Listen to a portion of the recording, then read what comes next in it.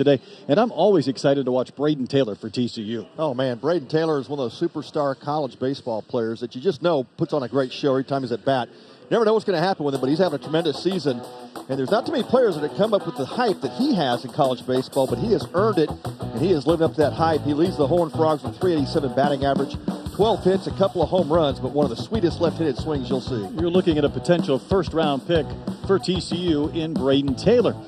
Meanwhile, for the Michigan Wolverines, Ted Burton is off to a tremendous start. How about 11 hits in 8 games? Yeah, he's off to a great start, Brett, like you said, and really that catalyst for Michigan in the middle of that lineup. But, it wasn't a typical season for him last year. But, boys, he turned it around after coming off an all-conference year in 21. Burton is back to his normal self. He has a great mix of speed and power.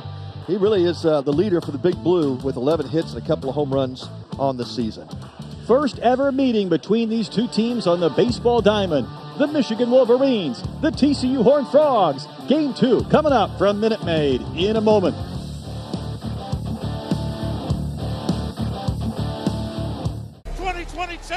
World Series champion. It's one thing to reach the pinnacle and another to hold the throne. Heavy is the head that wears the crown, but we're used to the weight. We've built a legacy. Now let's cement the dynasty. We're ready.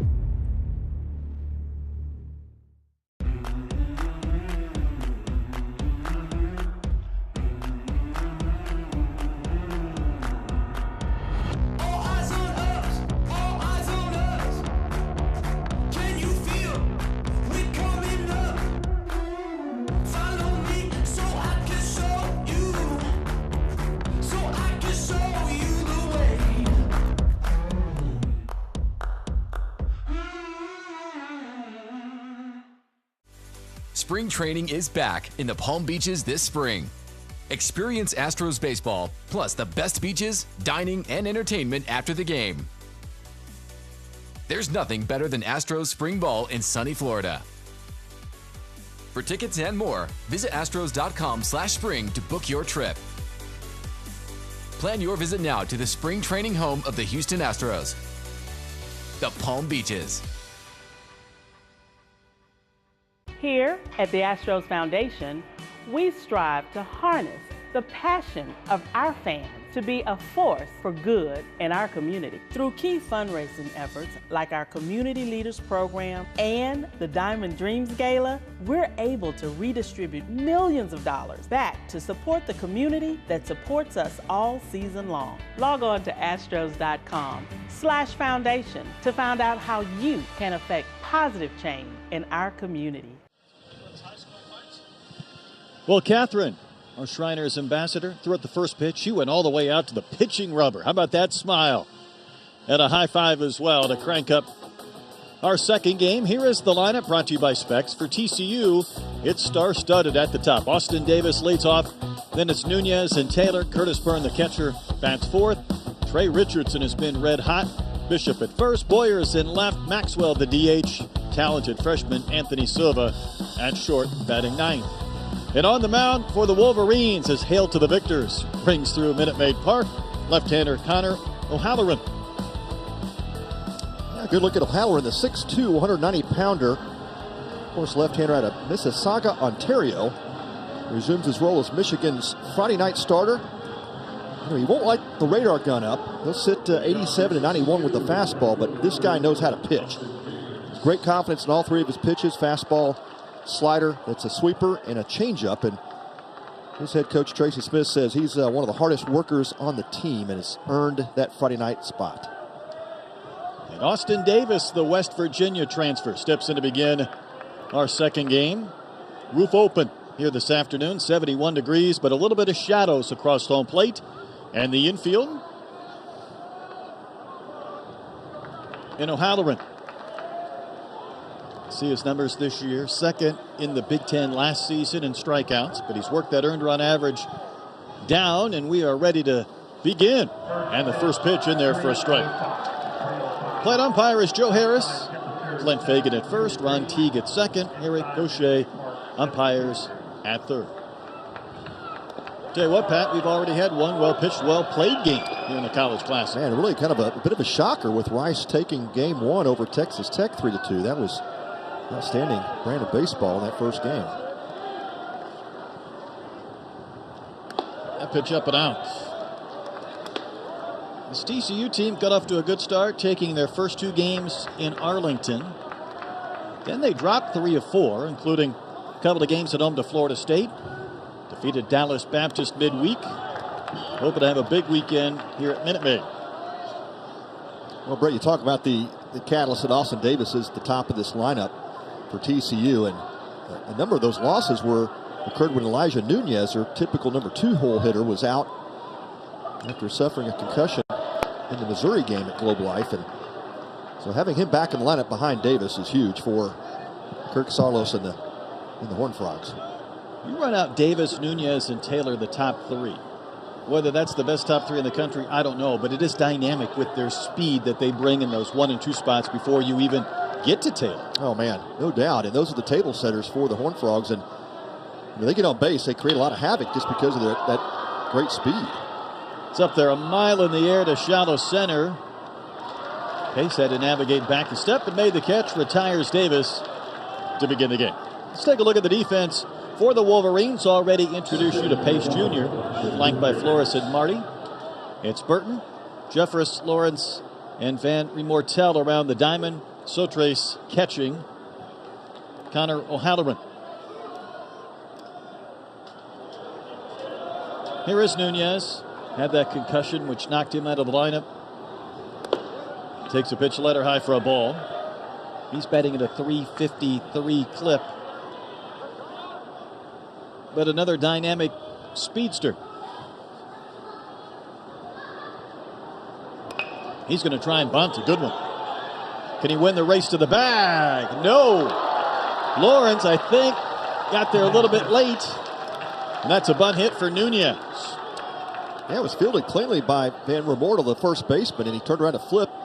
Brandon Lawrence, as you said, Brett, was a little bit late getting there. I think he just did not have his right foot planted. Tried to reach out with that left foot. And Nunez just beat him to the bag. We're going to have a review all the way out of the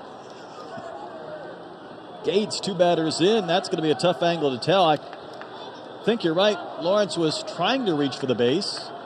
Curious to see if maybe he grazed it from the side before Nunez got to the base. We're just going to play on. No review. No review.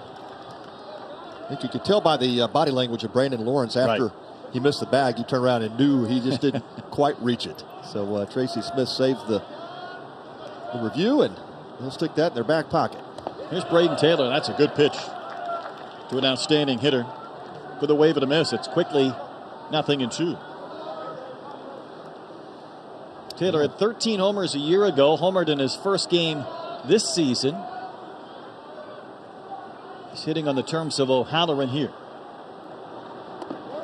Yeah, tough shadow for the hitters right now. The pitcher's mound just got covered up by the shadow, but makes it a little bit easier. But still, when you're looking from shadow out to the center field, it's really a bright sunny day here in Houston with the Minute Maid Park and the roof open. A little bit of a challenge here at this 3 o'clock hour for these hitters. O'Halloran doesn't seem like a comfortable lefty to face in that left-handed box either.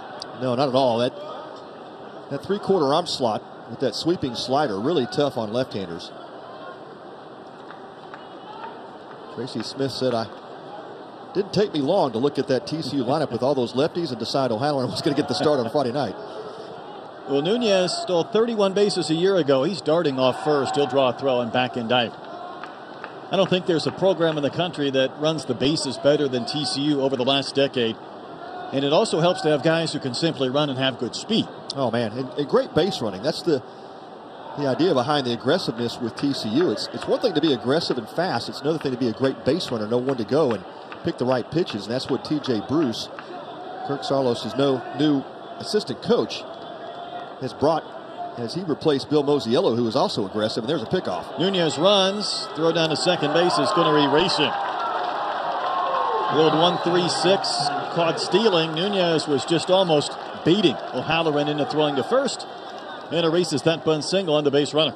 I mean, it looked like Nunez was just guessing that O'Halloran was going to go to the plate on that pitch, and Yeah, nice job by Vanderhei. You see him step inside the bag after he received that throw and create a great throwing lane for him to Cody Jeffries to apply the tag. And Taylor's going to wave and miss. And that'll end the top of the first. So a bunt hit, caught stealing, and that's it for the Horned Frogs. And the Wolverines coming into bat. When Wingstop made a chicken sandwich, you know they wouldn't make just one. Now you can have 12 new sauce and toss favorites, like lemon pepper, mango habanero, and OG hot. So try the new chicken sandwich at Wingstop, where flavor gets its wings. And we picked shoes that somehow correlated with the city or with Toyota Center and just connected us in a whole. We put a QR code on the side, so all of them have a story that links to our website, so you can hear, why each shoe was chosen and placed. And there's just a lot of little fun memorabilia in each case to connect everything back together. I think it's super, super dope. I think it's just something a little different, something, the suites are amazing. You go to your normal suite and it's awesome, but when you come in here, it's just like a whole vibe, you know what I mean? It was about 5 of us that were in here, and, we initially had a plan to, each of us had a section, but artists being artists, we just kind of went at it. So yeah, it was cool. It was fun. It was a super fun project. The greatest part of it was how they gave us, creative freedom to do it, and I think that's what this suite represents, is that creative freedom, that's what sneakers represent and things like that. So I thought it was super dope that they allowed us to come in here and just kind of do our thing.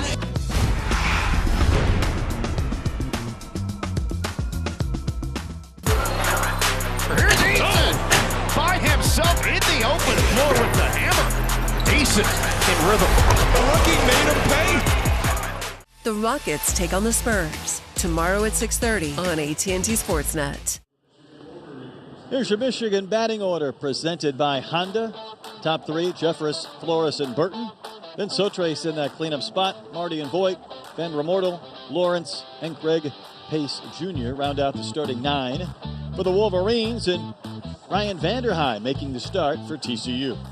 Yeah, what a get for Kirk Saarloos and the Frogs. And Ryan Vanderhei entered the transfer portal and had a pretty decent year at Kansas. High ERA, but like Kirk Saarloos said, I knew exactly what I was getting with this guy, and it was a big get for him. And Ray, the number 10 impact transfer at a D1 baseball, but he has put together quite a season so far. You see the numbers there, but he came to see TCU looking for more, and he has had a tremendous fall, emerged as the most consistent starter for the Frogs, and now he'll get the Friday start against Michigan. Cody Jeffress, California native, steps in to begin things. He might have been one of the few Wolverines who didn't want to leave the West Coast. They spent a lot of time out west of the Wolverines, and that one fell back and out of play. In fact, this has been the most travel challenge team of our six. Absolutely. And the delay, Brett, from last weekend when they were supposed to play UCLA over the weekend, those games got moved to Monday, Tuesday, Wednesday. Really sets up for a tough pitching schedule for them this weekend as well. A couple of 2-2 trips to the coast. Jeffress, the San Diego transfer, leads off. Played 163 games for the Toreros. We talk so much about veteran experience. Of course, Vanderhei transferred as well from Kansas. This is the new normal. Transfers, super seniors, older teams.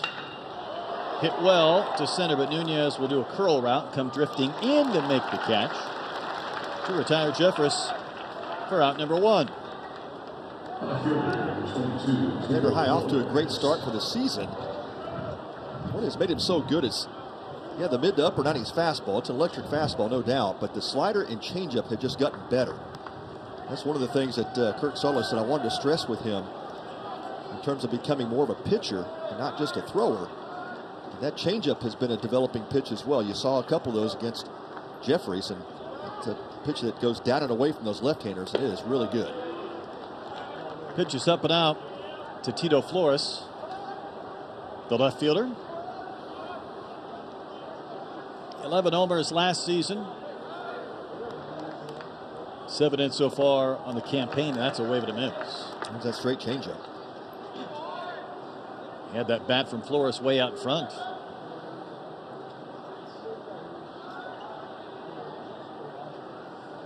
Vanderhei suffered the loss against Florida State.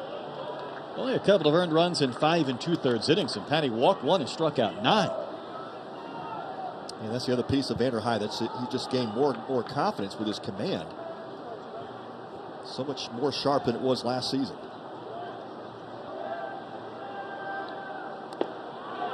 At the knees, outside corner.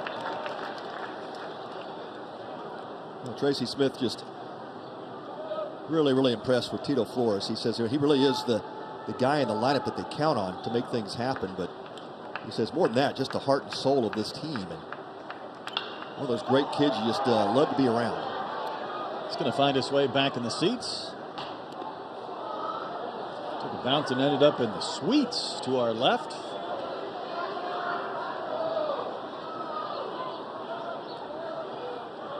One thing about Vanderhei as he continues the sequence with Flores, there's a little bit of wiggle with that front leg too, Pat. He gives you a little something to look at before he rocks into that wind up and then slinging that across his body. You can imagine being 6'6", and as a pitcher, you're trying to control all those arms and legs. And Vanderhei has done a really good job of creating a repeatable, mechanic, and that's really important for a guy that tall. Wave and a miss. Able to strike out Flores for out number 2. There's a bit of deception as well. He has kind of flies open with that front leg. You can see how most pitchers go straight ahead with that front leg. He actually steps to his glove side with it. It creates a lot more movement on that fastball and changeup. Well, you can say that again. That ball kind of follows that front leg. Yeah, it sure does. Yeah, that's very deceptive. Most hitters don't see a pitch coming at him from that arm angle with that open stance. Here's Ted Burton, wraps one on the ground to short. Silva, the freshman shortstop, cleanly handles that. And Vanderhei is a strong and perfect bottom of the first, off and rolling here in Game 2, Day 1 from Houston.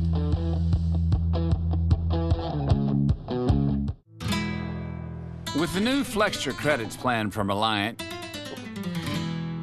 you can spice things up a little or a lot. That's because every week the 2 days used the most electricity are free, up to 8 a month. Plus, you get 3 $25 bill credits to cash in during your plan. There's living. And then there's living Flextra. Flextra Credits, powered by 100% solar. Reliant, that's power your way. 2022 World Series champion! It's one thing to reach the pinnacle, and another to hold the throne. Heavy is the head that wears the crown, but we're used to the weight. We've built a legacy. Now let's cement the dynasty. We're ready.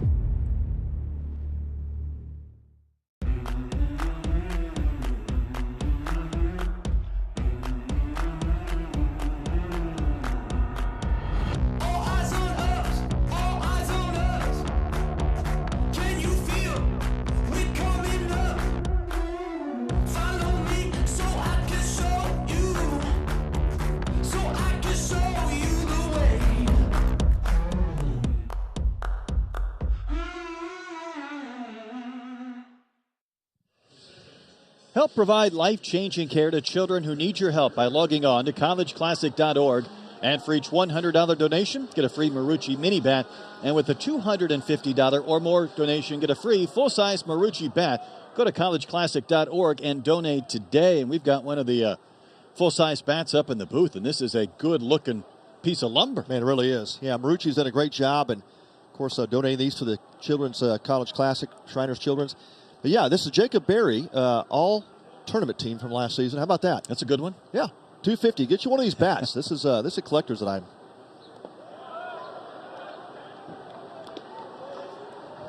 Curtis Byrne, the catcher, batting in the top of the second. A ball and a strike against Connor O'Halloran. 7 for 31 is Byrne, and that pitch in there for a strike as well.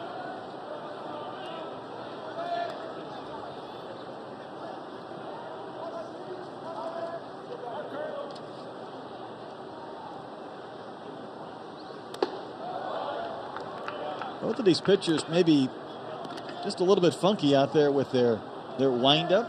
Both off to a strong beginning. Quick check of that watch, relaying in the sign. Did he offer? No, he did not. Yeah, deception with both of these pitchers, Brett. You're exactly right. And just the arm angles that they're creating, and see that three-quarter release from O'Halloran. He's checking that watch right now. Is that simply saying fastball, slider, changeup? Is it providing a numerical sequence of anything? It's also providing location. So it's a pitch and location. And of course, his catcher, Gabe Sotris, has the same watch on, so he knows exactly what's coming. So no signals coming in from the Michigan catcher to the pitcher. They just look at their PitchCom watch. Teams have had to streamline a bit. The old-fashioned way of relaying signs to a catcher back to the pitcher sometimes just takes too long. And also checking the wristband for the numbers or the codes, that seems to take too long. This is a little bit easier. That's right. Yeah, so the pitches, like you said, traditionally would come in from the dugout. The catcher would get it, check the wristband, put the sign down. And yeah, with this new pitch clock going on here in college baseball, only 20 seconds in between pitches with no runners on, it goes down to 15 with runners on. Or maybe I had that backwards, but yeah, it's sped the game up. I mean, games now are 23 minutes shorter than they typically are, and O'Halloran gets another K. Yes, indeed. Watch him catch this outside corner to Burn. Backdoor breaking ball. Nice slider. Good frame job by Sotris.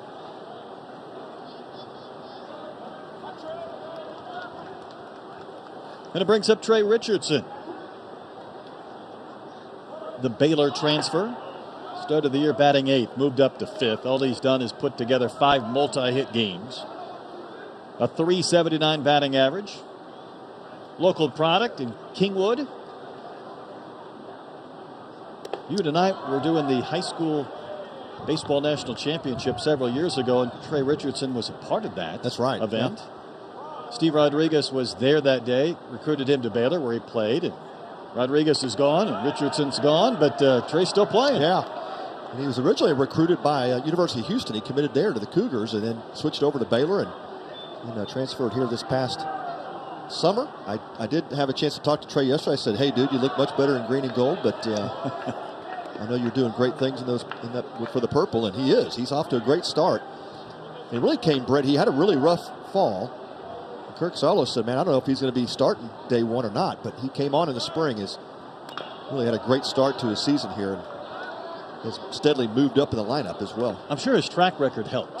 If he was somebody that didn't see in that same conference or didn't know a lot about or didn't have a lot of playing time, that fall might have really impacted his ability to rally in the spring. But you kind of knew what you were getting with Trey Richardson. Yeah, his track record was tremendous, and of course put together a couple of great seasons for Baylor. Hanging tough, fouling several pitches back. I don't know if college baseball has ever been older than it is right now this year.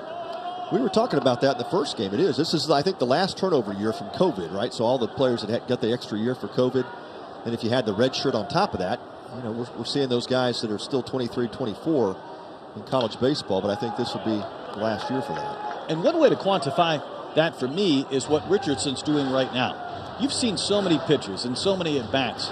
You're comfortable spoiling pitches, extending ABs, providing a very professional quality at-bat. He's making O'Halloran work for sure. Here's another payoff. That one chopped to short. Nice big bounce. High throw, but then Remortel brought it down. Good enough for the second out. Yeah, Jeffries had to really get rid of it quick, and across the diamond, Remortel was able to stick his glove up and extend about as far as he could go, but without coming off the bag. I don't think he ever came off the bag. No, he did didn't. Up on he his kept tippy that toe toes. on it. Yeah, great job of holding the bag. A tough throw to Corral up high. And he retires Richardson. David Bishop, the first baseman in. Georgia natives had 37 at-bats already this season for the 5-3 TCU Horned Frogs. See Sotres going down on that knee in the box. He just watched his pitcher O'Halloran spot up that pitch perfectly. Great command so far by O'Halloran, and that's his game.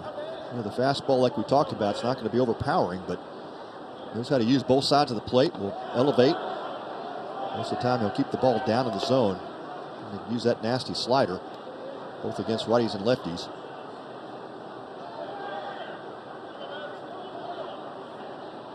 turn that changeup over as well. How about that pitch? Nasty break, wave and a miss. Strikeout completed with a throw to first. O'Halloran had a perfect second, including a couple of strikeouts. Well pitched beginning to our second game. No score, TCU and Michigan.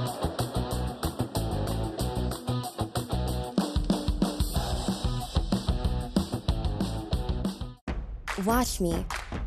Watch me tumble, jump, and soar.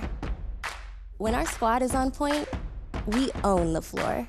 Dazzling stunts and dances are my jam. Pain once caused issues, but they had a plan. A life-changing brace with no surgery to fear. Activity without limits, one more reason to cheer. Watch me. Industry-leading scoliosis treatment at Shriners Children's. The most amazing care anywhere. Watch me. Watch me paddle, carve, and drop in.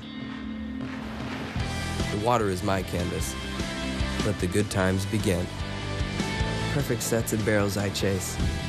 Where sand becomes surf, waves set the pace. A childhood accident couldn't ruin my vibes. Thanks to one special place, I've never been more alive. Watch me. Shriners Children's. The most amazing care anywhere. We've all made winter plans we never planned on missing, like Brett and his cheese fondue, or Ava, who picked this month's must-read before a better choice came up. Because Brett's chosen comfort over cheese, and Ava's ditched reading for resting on her cozy mattress found with the help of Mattress Firm's sleep experts, each with over 200 hours of training. Rest your best this winter with the perfect mattress from top brands with a low price guarantee at Mattress Firm. The champs return to Minute Maid, ready to reign. Opening day versus the Chicago White Sox is March 30th. Get your tickets and get to the game early for Opening Day Street Fest, presented by Budweiser. For tickets, visit Astros.com/tickets today. Just flip that calendar over to March, and Opening Day's later this month. Hard to believe. Yeah, it feels like spring training just started, but we're about 8-9 games into it. Greg Sotres, the catcher, bats. Must be a conflicting season in a sense for this young man. He had been a Michigan State Spartan. Now he's a Michigan Wolverine. All he's doing is hitting .435, so the Maize and Blue is treating him right with a couple of home runs. I don't think he homered last year with Michigan State, so he's found the power now that he's a Wolverine. Yeah, it's a great job of him adding some strength in the offseason. Came with high credentials as a defensive catcher. He can really catch and throw, which will be important today against this speedy TCU lineup. But yeah, much improved with the bat and that added power source that you talked about, Brett. Ryan Vanderhei and the 1-2 pitch. And that's outside. And this was a Michigan team, Pat, that a year ago found a way to win the Big Ten tournament championship, get into a regional. 34 wins, gave Louisville some fits in that regional. Going back to 2019, they were the runner-up with a 50-win campaign, but a coaching change. So Eric Bakich leaves. He goes to Clemson, took some of those recruits with him. So Tracy Smith, who was in this conference before, but at Arizona State, had a year off, is really trying to build on the fly, so to speak. Yeah, and he got there late. That was the issue with the late hire at Michigan. But, man, they could not have found a better man. Tracy Smith, 25 years of head coaching experience as Sotres goes down swinging. But 805 wins. And he's only one of 8 coaches to lead 3 separate D1 teams to the NCAA regionals. Of course, did it with Arizona State, as you mentioned, Indiana. Took them to the World Series as well. So Tracy Smith, outstanding hire by the Wolverines, and he's put together a tremendous staff as well. I think what Michigan fans have to like, he knows how to win in that Big Ten from his time at Indiana. No doubt. That was a program that had success beyond just its regional from the players that they were able to bring in. As Jake Marty bats. That one is laced to center, and it's down for a hit. First base hit for the Wolverines. One out single by Jake Marty here in the second inning. Jake Marty not wasting any time. Gets up, swings first pitch fastball, and right back up the box. Center cut fastball and did miss it. Vanderhei not too happy, but That's one of those pitches when Vanderhei realizes where the location's going to be. He's not expecting his catcher to catch that. That's right. Yeah. The ball leaves your hand. You're already thinking, please miss that. Hope he fouls it off. Swing through it. Hits it at somebody. Here's Mitch Voigt. A lot of freshmen getting some playing time this year for the Wolverines, including Voigt, who was the Wisconsin Gatorade Player of the Year last season. Off to an 8 for 32 start, a .250 batting average. Yeah, Voigt first pitch swinging as well. And one of those dynamic two-way players that Tracy Smith said he'll be our third baseman to start the game, but all goes well. He may be on the mound to finish it. Well, that's the fun part about college baseball, seeing these two-way players. There was a stretch, I think, where we kind of got away from it. At least it felt like that in recent years. But I think you realize you're trying to put together a roster, and these young men are so talented. Let's see this play out for a few more years before we determine if they're one or the other exclusive. Well, that's exactly right. And you've got some players that scouts would tell you they don't even know how to pigeonhole them. You know, whether they're going to be pitchers or whether they're going to stay in the lineup and be hitters. And Nolan McClain at Oklahoma State comes to mind. He's a guy who could go either way. The guy throws upper 90s, but also can play the field and hits a bunch of bombs. So it's like, what do you do with that guy? Well, some scouts will tell you I like him on the mound. Some scouts will tell you I like him at the plate. Same thing here. It's too early to tell with Mitch Voigt. It felt like a couple of years ago, if we were naming off some of the great two-way players in college baseball, we'd get to 3 or 4, and those would be the names we remember. Right now, it's hard to make that list because there's guys in conferences you and I haven't seen between your Big 12 and my SEC, but they're out there. It's becoming more normal. You're exactly right, Brett. Marty not running. The pitch is cut and a miss. Voigt will K, and Vanderhei with his third strikeout of this young game. Oh, well-located fastball. Vanderhei worked Voigt inside it with a couple of pitches and really had him set up for that pitch.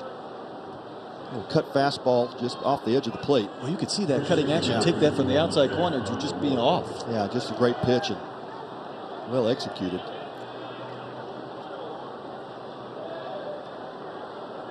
Van Remortel, first baseman, has had 20 at-bats. Knocked in 3 runs. Yeah, Van Remortel's excellent defensive first baseman. Stick is starting to come around, and it's one thing Tracy Smith said, hey, we'd like to see him hit more, but it's really a plus with all the defense he gives us at first base.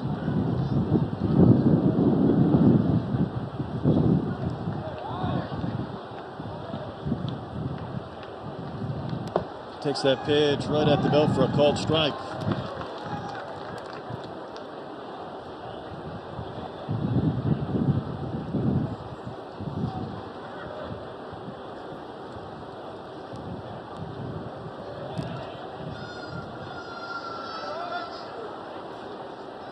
Marty's had a pretty good lead. He has not been off and running at any point in this sequence.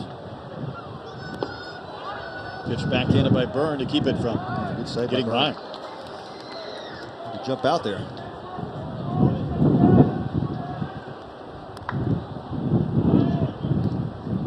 Van Remortel last year appeared in 36 games, had 90 at-bats. So he'll probably get a few more than that this season.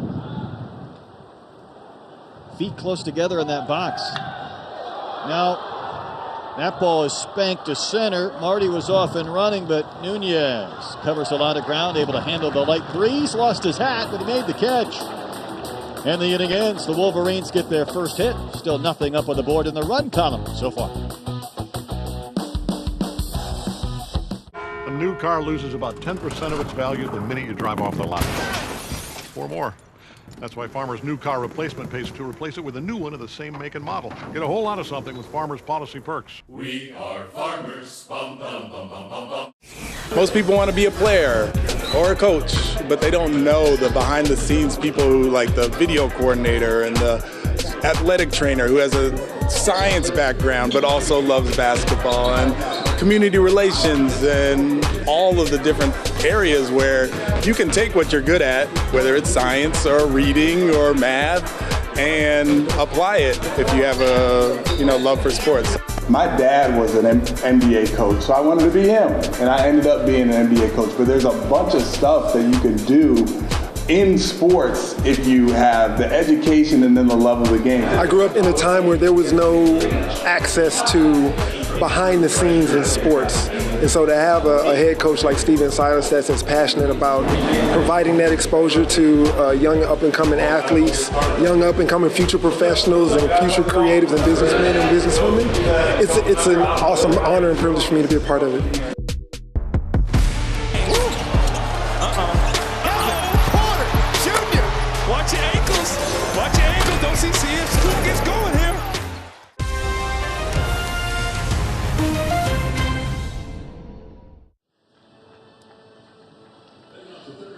Completed a couple of innings. No score between TCU and Michigan.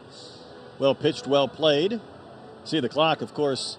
That's been the storyline in college baseball this year, even in the major leagues and spring training games. The majors have those 30 spring training games to kind of get acclimated to their changes with the pitch clock. Colleges are doing it on the fly, but it has added quite the topic of conversation this first month. Oh, it sure has.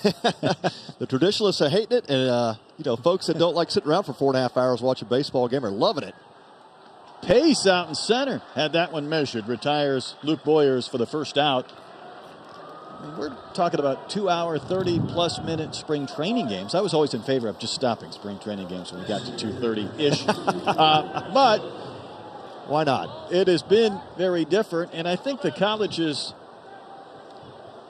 there are some older coaches that have really kind of fought this, but it's not coming back. I mean, these changes are only going to get even tweaked and enhanced going forward. It's kind of grown on me too, Brett. I mean, I was against it at first. I'm like, hey, why are we messing with the traditions of baseball?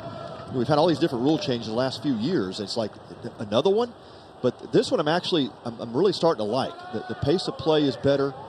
There's, I think, more action going on. And that's what the fans want. You think about what the fans needed a faster pace, and we gave it to them, and I think they're enjoying it. You need a better product. I mean, you and I flip on the MLB Network. We watch an old-time game from 20 years ago. It looks so much different than the current game. And I don't think the current game is necessarily for the better, as Maxwell continues to battle. You and I were both at Arlington for another event to begin the year, and there were all kinds of violations. A pitch added here, a ball, a strikeout, ending the inning.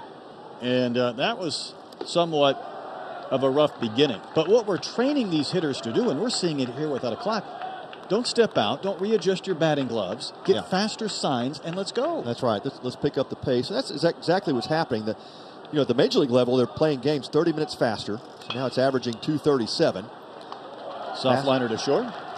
Fastest pace since 1979, and I'm really liking it, Brett. I really do. I think there's one thing though that the umpires and the coaches have to get a feel for the game of, like, we saw a couple of punch outs at that Globe Life tournament where critical situations and a hitter has to be in the box in 7 seconds with 7 seconds left on the clock, and then they get rung up. I think at that point you got to have maybe coaches that can not challenge it, but maybe get 2 free passes a game or something, right? So you don't lose a situation like that, because the fans don't come to watch in that critical situation, and the guy gets punched out with bases loaded because he violated a time clock. I think you could be onto something, as Lawrence bats, Anthony Silva, I should say, bats with 2 outs here in the 3rd inning. Hard on the ground to short. That's another nice play, and that throw is going to be just in time to get Silva. We've got a couple of good shortstops in this game. Man, great defense so far. Good pitching always supports great defense and vice versa. We're seeing it so far with these two teams. Michigan and TCU tied, going to the bottom of 3.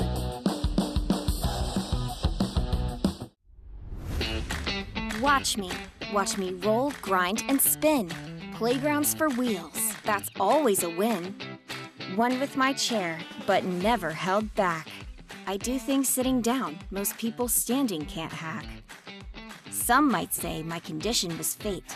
My doctors would tell you I'm just redefining great. Watch me. Life-changing orthopedic excellence at Shriners Children's, the most amazing care anywhere. Watch me. Watch me roll, grind, and spin. Playgrounds for wheels. That's always a win. One with my chair, but never held back. I do things sitting down, most people standing can't hack. Some might say my condition was fate. My doctors would tell you I'm just redefining great. Watch me. Life-changing orthopedic excellence at Shriners Children's, the most amazing care anywhere. Spring training is back in the Palm Beaches this spring. Experience Astros baseball, plus the best beaches, dining, and entertainment after the game. There's nothing better than Astros spring ball in sunny Florida. For tickets and more, visit astros.com/spring to book your trip. Plan your visit now to the spring training home of the Houston Astros, the Palm Beaches.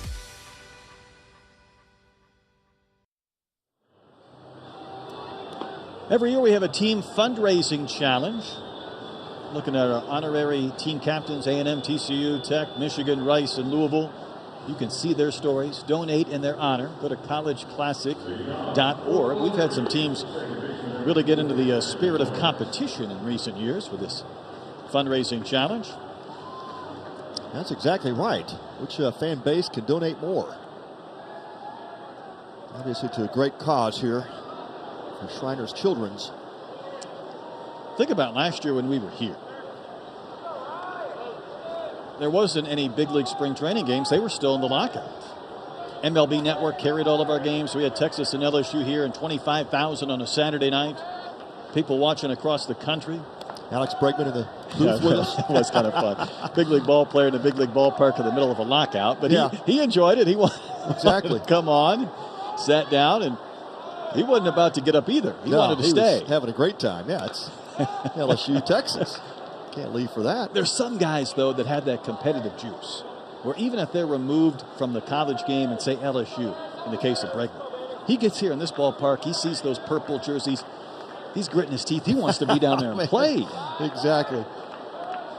Exactly right. We had a great time with him, and that was some kind of night. The crowds last year were spectacular. We knew baseball was coming back to the major league standpoint, but the college game truly had the stage to itself for a few more days. And we took advantage here. Big crowds, great teams, always a tremendous event. Vanderhei's pitch is cut and missed. That's now 4 strikeouts through 8 batters. Great stuff, great command. This made the difference for Ryan Vanderhei. To think that this guy had an ERA north of 6 last year, and to see the polish he has now, the adjustments he made in the fall with Kirk Sarlos' staff, and boy, a lot of credit goes to those guys for just helping him to get straight, and to Ryan Vanderhei himself. Wanted to come to a big-time program like TCU and fill some big shoes of pitchers who left last season. Here's Greg Pace Jr., one of the freshmen. A couple of base hits in his debut against Fresno State. Kansas, another one of those teams that went through a coaching change, and usually when that happens, guys hit the portal. Vanderhei left, so he's the Friday starter for TCU. Maui Ahuna just got his eligibility reinstated for Tennessee. I'm looking at Tavian Josenberger at Arkansas, who was both a center fielder and a second baseman. These are big-time players. Yeah. For a team last year, and that's a wave and a miss, couldn't even make their conference tournament. Yeah, that's amazing, but 3 great talents. Richie Price had recruited at Kansas. A nice slider down and away. Again, that's been a swing and miss pitch so far for Vanderhei tonight. Well, Dan Fitzgerald takes over as the head man at Kansas, and known as one of the better recruiters in college baseball. Of course, at Dallas Baptist for so many years, when at LSU last season. There's Cody Jeffress, the shortstop, line to center his only time in. But Kirk Sarlos lost 4 top-line pitchers. Marcelo Perez, Riley Cornelio, Brett Walker, Austin Krob, and Vanderhei said, hey, there's an opportunity there, and it's a place I can go get better. And he's certainly done that. And develop. I mean, that's what this program has done. And obviously, when your head coach is a former major league and minor league and college pitcher, it doesn't hurt either. No, he's got the experience, and Kirk has produced some tremendous pitching staffs since he arrived at TCU in 2011. And he's obviously in his second year as the head man, but he's been around the program. He has Kirk for 11 seasons. 2 balls and a strike to the Michigan leadoff hitter, and that's going to be foul down the line and left and out of play.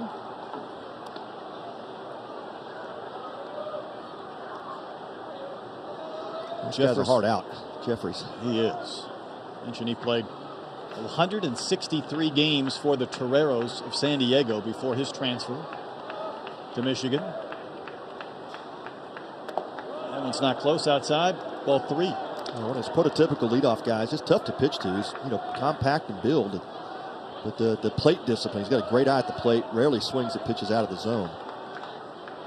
Good contact guy. Good situational hitter. Stands close to that plate. His hands almost over the inside corner. Here's the payoff. Served on the ground to short. There's Silva. Can he make this play? Yes, he did. Wow. How about the leather at short from these two young men already? Oh, that freshman, unbelievable play. Just the backhand. He knew he didn't have a lot of time. He had to get rid of it quick. And what a transfer and throw to first base. Strong arm by Silva. Just to nick Cody Jeffries at first base. What a play.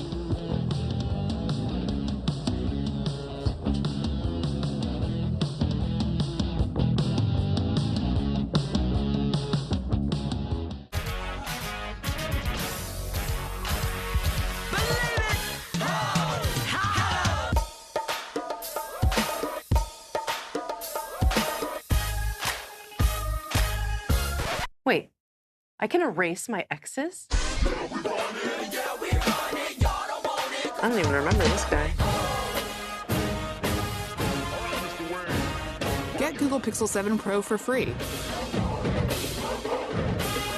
Here at the Astros Foundation, we strive to harness the passion of our fans to be a force for good in our community. Through key fundraising efforts like our Community Leaders Program and the Diamond Dreams Gala, we're able to redistribute millions of dollars back to support the community that supports us all season long. Log on to astros.com/foundation to find out how you can affect positive change in our community. 2022 World Series champion! It's one thing to reach the pinnacle, and another to hold the throne. Heavy is the head that wears the crown, but we're used to the weight. We've built a legacy. Now let's cement the dynasty. We're ready.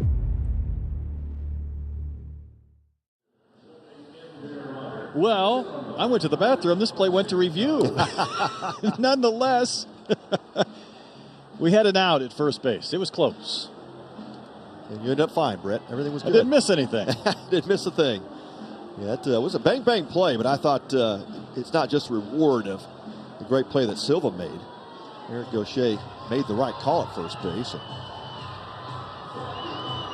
Now, we've had a couple of great plays at short already. Yeah. And these pitchers have kind of settled into a rhythm. Now getting that challenge of going second time through the lineup to see if they can maintain it. Enjoyed seeing Connor O'Halloran pitch. Well, we've only seen one player reach first base, and that was Jake Marty for Michigan back in the second. O'Halloran has been perfect so far. Tell you what, if you're a Michigan Wolverine, this has been a little bit of a crazy first 2 weeks, but also a fun one. They got to go to Arizona and play in that event. I think they snuck home for a couple of days before going back out west, running into some weather problems with their games. Hey, you escape Michigan to go to Southern California and you get stuck in weather. Imagine that, right?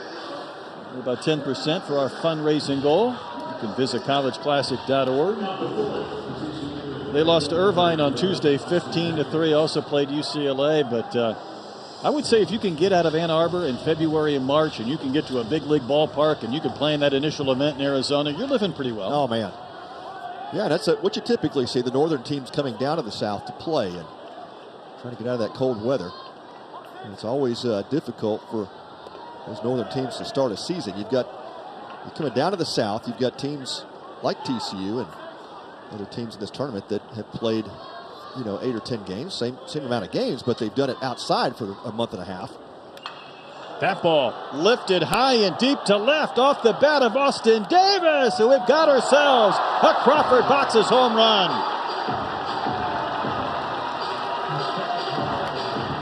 Second home run of the year for Austin Davis, and he starts the scoring.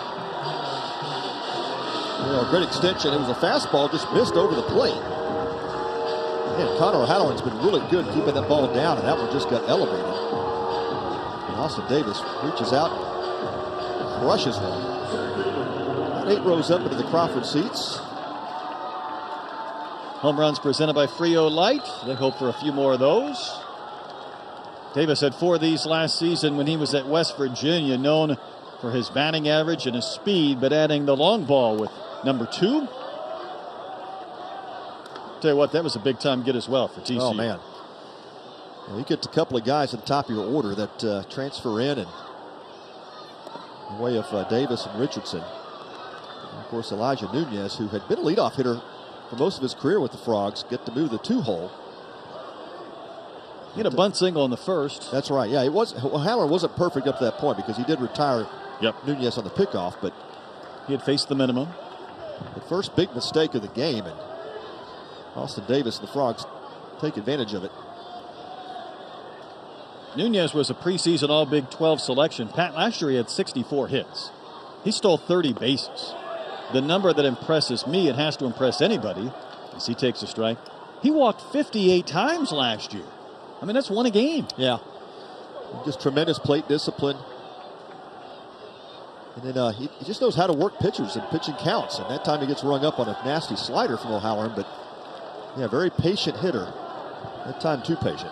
4 strikeouts for O'Halloran. So he gets the K after the home run. Let's see this pitch again. And again, for these lefties, that's not a comfortable sequence. Front door breaking ball from that angle.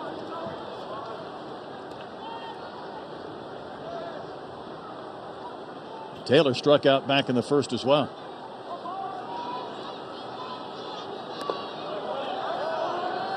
And that's the issue for these TCU left-handers facing O'Halloran. You see breaking balls from lefties, quite often, but not with that kind of bite and sweep to it. There it is again. So hard to pull the trigger on a pitch like that. I'm talking about a guy who came into this year after 2 seasons in college baseball, career .319 average with 25 home runs. He's been swimming upstream against this tough lefty.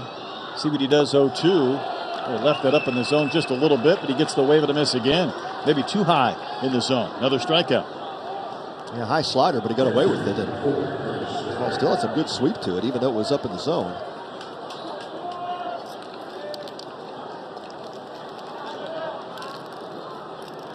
Taylor just swinging right through it. Not oftentimes that guy strikes out twice in a game. Indeed. There's Curtis Byrne, the catcher. He took a big hack and came up empty.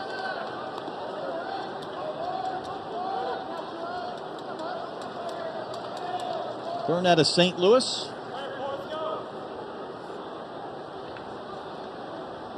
Adding cleanup for Kirk Silos, takes strike 2.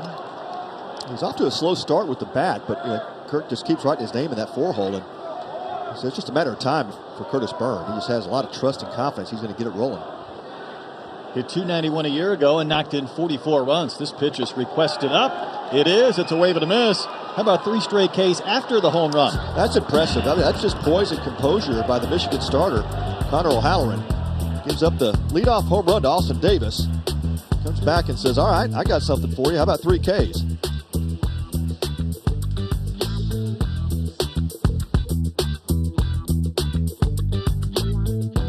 At Domino's, we took all the best things about pizza and put them on our new crispy loaded tots. Melty cheese, melty cheese. Mouth-watering toppings, mouth-watering toppings. Potato, potato. Try our new crispy loaded tots with your favorite pizza, only at Domino's.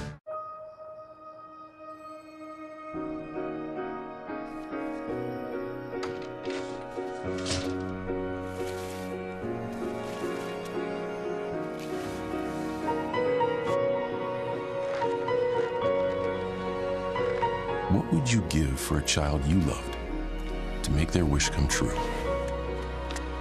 To help them fight a critical illness? Just imagine what you'd do. You see, wishes are so powerful, and you can make them real. They can give a child back their childhood, even change the way they feel. Every single one of us can make the stars align, because when we come together, hope and joy will shine.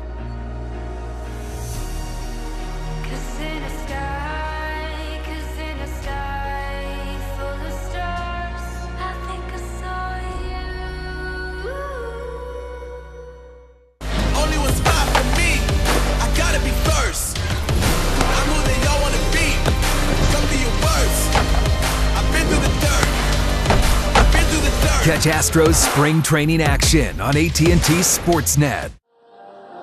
Got some Michigan fans in attendance at Minute Maid. Wondering what that object in the sky is.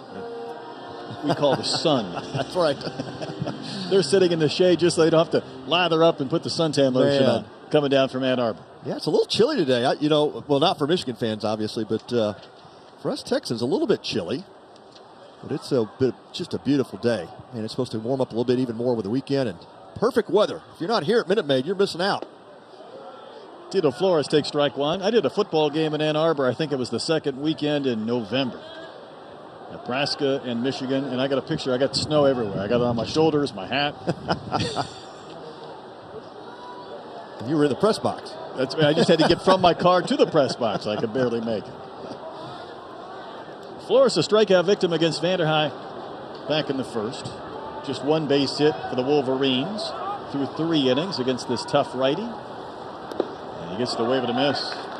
We talk about it all the time, for pitching and what's the formula for success? Well, first pitch strikes. And Vanderhei 7 of 12 entering this inning. It's awfully difficult for hitters when they're behind the count consistently. Pitch has just enough movement to move off that corner away from the bats, and that's another strikeout. That's 6. Yeah, that's sliders. The spin is so tight. Hitters are having a tough time recognizing it. You see, it's just really kind of a cut fastball that he has really mastered starting that pitch out on the outside corner of these right-handers, and it just breaks down and away off their barrel, and that's accounted for quite a few strikeouts today. Let's talk placement on that pitch after this first one to Burton. He's a chopper foul. We've seen him start that pitch, Vanderhei, on the outside corner, and it tails away. Where do you go from there? In other words, those hitters maybe anticipating that being off the plate second time through. Do you throw it front door and let it cut over the heart of the plate? Yeah, just like that first pitch breaking ball to Burton. You front door with it, so it kind of opens up that outside. And then what he'll do is he'll just keep the hitters honest occasionally with a fastball in. He doesn't have to throw many of them, but just 1 or 2 just kind of sets in their mind. They can't give up on the inside. And now they go to swinging defensive swings with that slider away just like that. He's getting a lot of swings and misses. Yeah, that was an offensive swing to start with, and it became defensive about halfway through it. Well said. It changed at some point. Yeah. Little cue shot, that'll go foul. Now, if you're Michigan offensively, you've got to make that adjustment. I mean, most of his pitches are middle away. You just got to tell yourself, I'm going to take the pitch that direction. Keep that front shoulder from flying out. At least try to take the ball back up the middle or to right field. Can he get strikeout number 7? Fouled away. Yeah, that was a better swing by Burton. He's making an adjustment now. He's kind of keeping that front shoulder in and trying to go to right field with it. Now, Vanderhei sees that, or the TCU coaches on the bench see that. He'll try to throw that fastball in and straighten him up.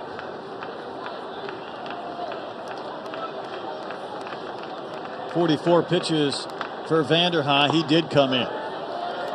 They were watching as well. Yeah, they were. Yeah, those guys are pretty smart down there. Yes, they are. They get paid a lot of money for that stuff. Now you go right back out there with that slider. He did go out there.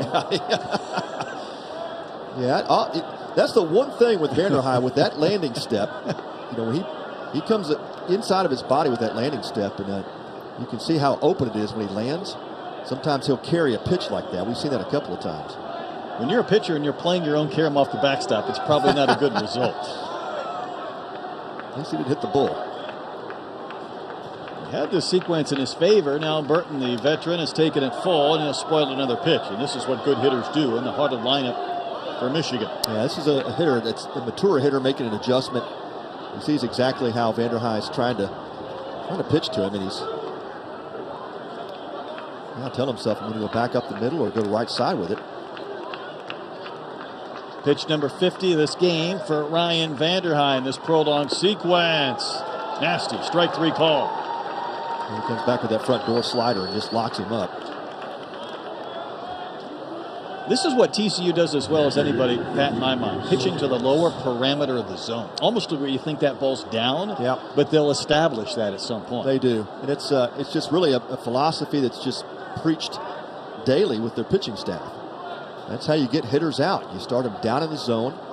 You can occasionally come up in the zone once you establish that downward strike, but that's where most of these pitchers in college baseball, if you're just throwing the ball, you're not learning how to pitch. And these guys need to get away from trying to throw to radar guns and become a pitcher. And that's what Vanderhei has done. He's made this transition from being a thrower to a pretty polished pitcher now.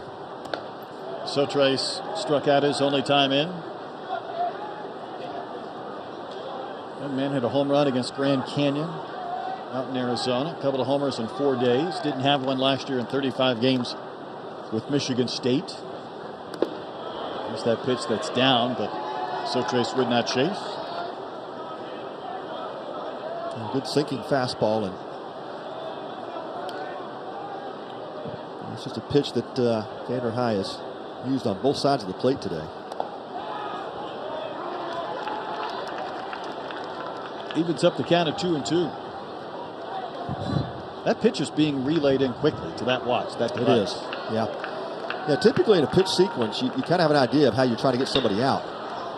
Chop it to third. Taylor comes in to get it from the grass. Throws out Sotrace at first, and the inning ends. That's another perfect frame. 3 of the 4 innings for Vanderhei have been perfect.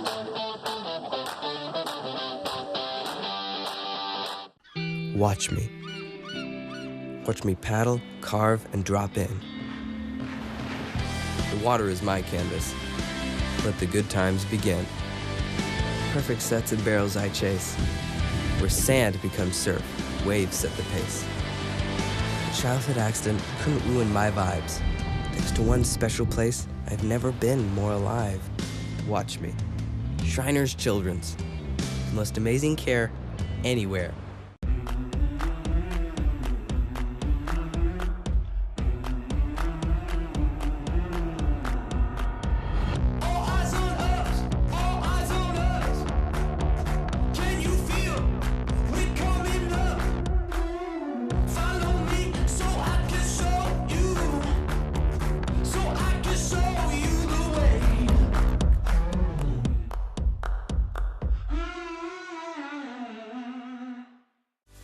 Spring training is back in the Palm Beaches this spring.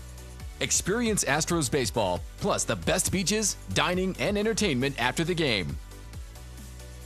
There's nothing better than Astros spring ball in sunny Florida. For tickets and more, visit astros.com/spring to book your trip. Plan your visit now to the spring training home of the Houston Astros, the Palm Beaches. Hey, we played 5 innings here in Game 2. TCU a 1-0 lead over Michigan. Time to bring a patient ambassador up to the booth. This is Allie, and she has not stopped smiling since she has been in the ballpark today. Trust me. Yeah, I really have been all smiles since I got here. It's really hard not to smile, you know, while you're here. 10-1 in a production truck, sometimes it's 5-1. I'm always feeling like I have to show you that I can handle this. If I'm there and I'm in the room, I think my work will speak for itself. When I show up and sit in the director chair, sometimes people don't understand that I'm the director. It's a surprise. Convincing people that I know what I'm doing, I think that's probably the biggest challenge. You know, when I walk into a TV truck and I say I have 3 kids, I always get the response of, well, who takes care of them when you're not at home? And I've never heard one of my male colleagues get that question. My teammates have their jobs because they're really good at their jobs. The fact that they're women and that they can be trailblazers in this business is just kind of the cherry on top. They've earned everything that they've worked for. Welcome back to the WCC Tournament Update presented by University Credit Union. A little dance-off between Willie the Wave and Cosmo the Cougar. Okay, yeah, tossing it back. You know, there's only so much you can do when your head's that big. Are we going to give him a pass? Okay, Cosmo's pretty good. He's hard to compete with. Just a gentle rock. Shadow box after this event, so I can save it. Yeah, all of them signed it, and they were like, they asked, like I said before, they asked me what color Sharpie, and I was like, I want a blue one. They're like, we're going to find you a blue one, and they found me the blue Sharpie and came back with it. I was like, wow, made me feel a lot special. So cool. I'm sure they have a blue Sharpie for the maize and blue at some point. I would think that's, in a lot of drawers there. But, well, Allie, you know, you talked about sharing your story. Yes. We're going to Richardson's going to roll out here first. Go ahead, Pat. I'm talking about sharing your story. what have you found has been like the most inspirational part of your story for other patients? Honestly, I feel like it's a big question. It's a quick question. Deep, yeah. I don't know. I think me being able to help other patients, I think, is one of the reasons why I was given like this battle. You know, I really enjoy being able to help other kids and patients feel comfortable about their experiences at Shriners Hospital. You know, something to talk about that, like. When I had my last surgery, when I went back there was another girl that was there who had VBT, which is the first surgery that I had. I have had 2 surgeries so far. And so while I was there having my spinal fusion, there was another girl there who was 13. And so when she was there, I felt like I was looking at my 13-year-old self, you know? And so her being there, I was able to help motivate her and push her to get better, to get back home. And she helped motivate me to get back home and get better, you know? And so, like, while we were in the hospital, I'd be like, all right, I'm like, let's go do some laps throughout the hallway, you know? Like, let's go get moving, you know? Yeah, that's great. Yeah, I really, really enjoy meeting all the people. Like, I think the people that come along with all this is honestly just, like, it's amazing, you know? I love it. No, you're a good ambassador. Allie joining us up in the booth. David Bishop is batting for TCU here in the top of the 5th inning. And I think the one thing, as you were talking, I think it's your upbeat personality, your attitude that I think makes you a great ambassador, because I could see where that would transcend to people that are going through what you've already gone through. Oh, yeah, definitely. I think, like, me being here is absolutely amazing. And what's really cool is both of my great-parents were part of Shriners for years. Is that right? Yes, my great-grandfather was a Shriner, and then my great-grandmother was part of the Daughters of the Nile for years. So my case totally went full circle. Yeah. So how about that? If my great-grandparents knew that I was here right now, they'd be so happy. Like, they would be totally speechless, you know. But having this opportunity is absolutely amazing. I mean, me having the care that I get already from the hospital is amazing, and then having the opportunity to be here on top of it, like, absolutely speechless. Like, I seriously I have no words. That ball's going to go to the gap, so Bishop is going to have extra bases. He's going to head towards second and not going to stop. Going for 3. The throw is late. David Bishop triples to the bullpen in left center field. Well, Allie, that probably doesn't make you happy, that triple, but you've made a lot of other people happy. That's the thing I've learned being part of Shriners College Classic is the great stories, but, you know, it's every patient that we meet with. None of you asked for this, but you got it, and but everybody we talk to has the attitude of, yeah, I'm going to deal with it, but I'm also going to inspire others and push each other to get better. And that's so inspiring for Brett and I to hear every year, because it's really cool that you guys have battled through some tough situations. And here you are today, you get to celebrate what we're doing. I know. I really am just so happy here. And I know I keep saying that, but, like, it really is just so true. Like, I've really been looking forward to this for a while, and being able to be here, like, especially after my second surgery, is huge, because my recovery was really rough. It was rough, you know, and I have a high pain tolerance. I like to I am one usually to bounce back to things quickly, and so right now I'm, like, relearning my body, you know, so like, makes sense. because the top part of my spine is now fused and moves together as one, so it's me learning how to move again, you know, and so I am going to start physical therapy soon, so I'm excited. But me being able to stretch and stuff has really helped a lot, lot.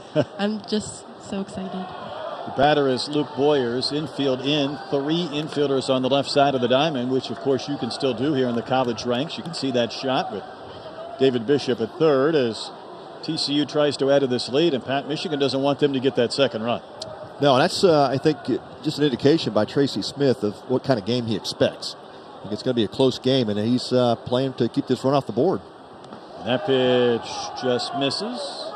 What else did you get to do with the Michigan team when you got your day with them? I got to throw. So they had a scrimmage when I went and visited with them, and so I got to stay for the scrimmage as long as I wanted to, and then they let me throw the first pitch of their scrimmage, and I did make it to the plate, and that's all that mattered. That's all that really mattered, because they were like, "You're going to have the honors." They're like, "You have the honors of throwing the first pitch," and I was like, "Oh, okay."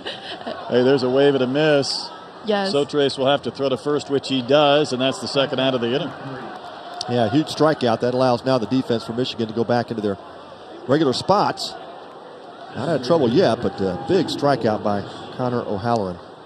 You going to get to throw the first pitch here? Are they going to let you do that? Actually, I don't think so. Earlier, there was another girl that threw the first pitch. If anything, someone else can throw it. You're done with that? You know, too much pressure. You know, there is pressure. You're right. You know, I'll do pretty much anything, but you know what? That like you're drawing the line right there. Yeah, I draw the line right there. You know, I'm not a baseball player. That's okay. That's fine. Here's Logan Maxwell batting, and he's going to dribble one down to third. Nice backhand by Voigt. Strong throw is going to be in time to win the inning. Great play. And a great guest as well. Allie, thanks so much for sharing your story. Thank you so much for having me. I really appreciate Indeed. it. It was awesome talking to you guys. Great to have you. You've done a great job. You. We're going to step aside. 1-0 TCU leads.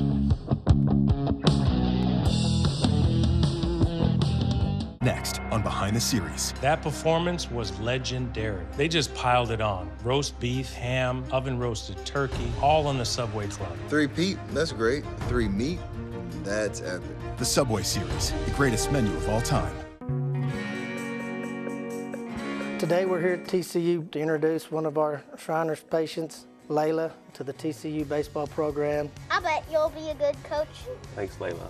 When she was about 2.5, she was diagnosed with hip dysplasia. Her hip socket was not formed all the way, so they had to take bone out of her femur to build her socket to hold it in place. Not everyone had to go through this, but I had to go through a lot of surgeries and scans to get my legs to be the same length, and now that it's the same, they're like really good with each other. They needed to do my last surgery and take out all of the hardware that was in the top of my femur. Hey, Layla's gonna show you what we're gonna do next. You know, this is the first time we were able to meet Layla, and she's a joy to be around. When you have someone that comes in with her outlook on life, it puts some perspective into the game that we get to play. She walked in the door, like jumping, having fun, just gave all of us a jolt of energy.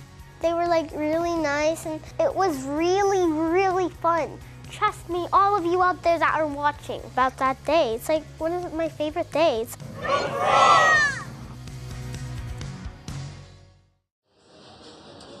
A train up on top of those tracks. Watching a 1-0 game so far. TCU leads as we go to the bottom of the 5th inning. What a play, though. Pat to end the top of the 5th inning. TCU had the triple with 1 out, but a strikeout and a ground out. Good play, and they did not score. Yeah, it was outstanding backhanded defensive play by Mitch Voigt at third base. And then the throw over to first. Watch this play by Jack Vanderhei. This is exactly what Tracy Smith was saying before the game. I need a really good defensive first baseman because we don't want to give up any free bags to TCU. And again, a second time he's gone up in the air for a ball that was thrown high across the infield. So if you're Maxwell, there's not a great path to get to that base right there, is there? Yeah, when Vanderhei came down, you could see that foot come down on the bag, his left foot. So he was out when his foot touched the bag, but he applied the tag anyway, thinking he may have to. There was a quick review, and play is moving on. Ryan Vanderhei through 4 innings. Pat has given up 1 hit. He has faced 1 batter over the minimum. He has struck out 7 Wolverines. He has been everything as advertised.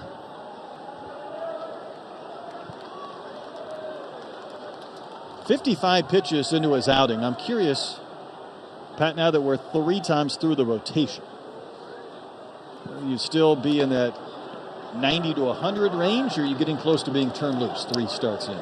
Yeah, I still think there's a pitch count for most of these starting pitchers. And we've seen a couple of guys get stretched out to that 100 pitch limit here, third start, which seems right, it feels right.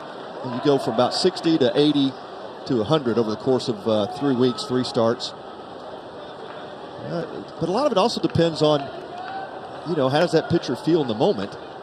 And has he had a lot of high stress pitches? And neither pitcher so far, Brett, has been in any high stressful situations. Nope. I mean, O'Halloran gives up the triple last inning, but quickly gets out of it. This man, Marty, has the lone hit for the Wolverines.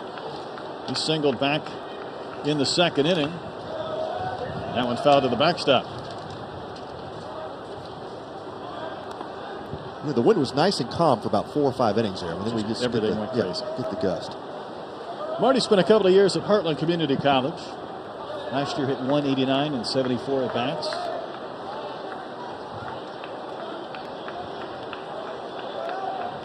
TCU with the big shift. Richardson out on the grass in right. Pitch missed to Marty. Jake Marty, one of those veteran players from Michigan, and really versatile. He's playing right field today, can play first base, but Tracy Smith can move him around different spots. Right into the shift. Right to Silva. He's going to have to hurry. I think he's safe, and he is. Marty beat it. Just a little bobble. It looked like an easy play. They had TCU had him played perfectly. Silva came up a couple of steps, and then just that little bobble in the transfer.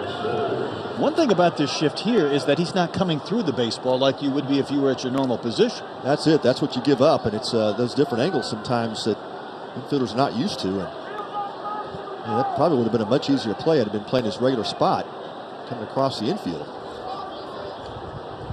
Here's Mitch Voigt, strikeout victim in the second. So Vanderhei working out of the stretch.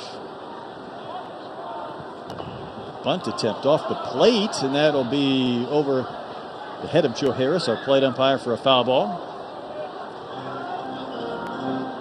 Voigt squared around in sacrifice bunt position. Didn't quite push that bat out in front of the plate, though. Kind of stabbed at it a little bit. Ball bounced right down on top of the plate. Behind catcher Curtis Burns, so it'll go down as a foul ball. But that was the longest sequence of signs I've ever seen from a third base coach in Ben Greenspan. He was going for 30 seconds. He was touching his chest over and over and over. I'll be curious to see if he might do it again. He went through the whole litany. He's starting now. All right, he's just in motion. This looks like Max Packin coaching at first. Remember the back of the day? Mad Max. I mean, he's doing everything over there at third base.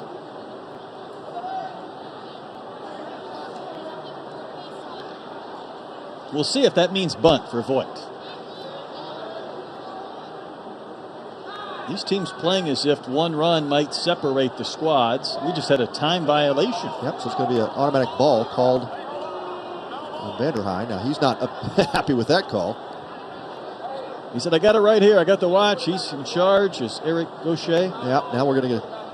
Yeah, so that's Kirk Salos out of the dugout asking for the explanation, because he said, my pitcher was on the rubber ready to go. You know, we talked a little bit about the rules before, Pat. I will say this. In college baseball, and obviously in the majors and minors, never had umpires had more on their plate than they do right now. Yeah, that's right, yeah. The third base umpire, is responsible for making that call.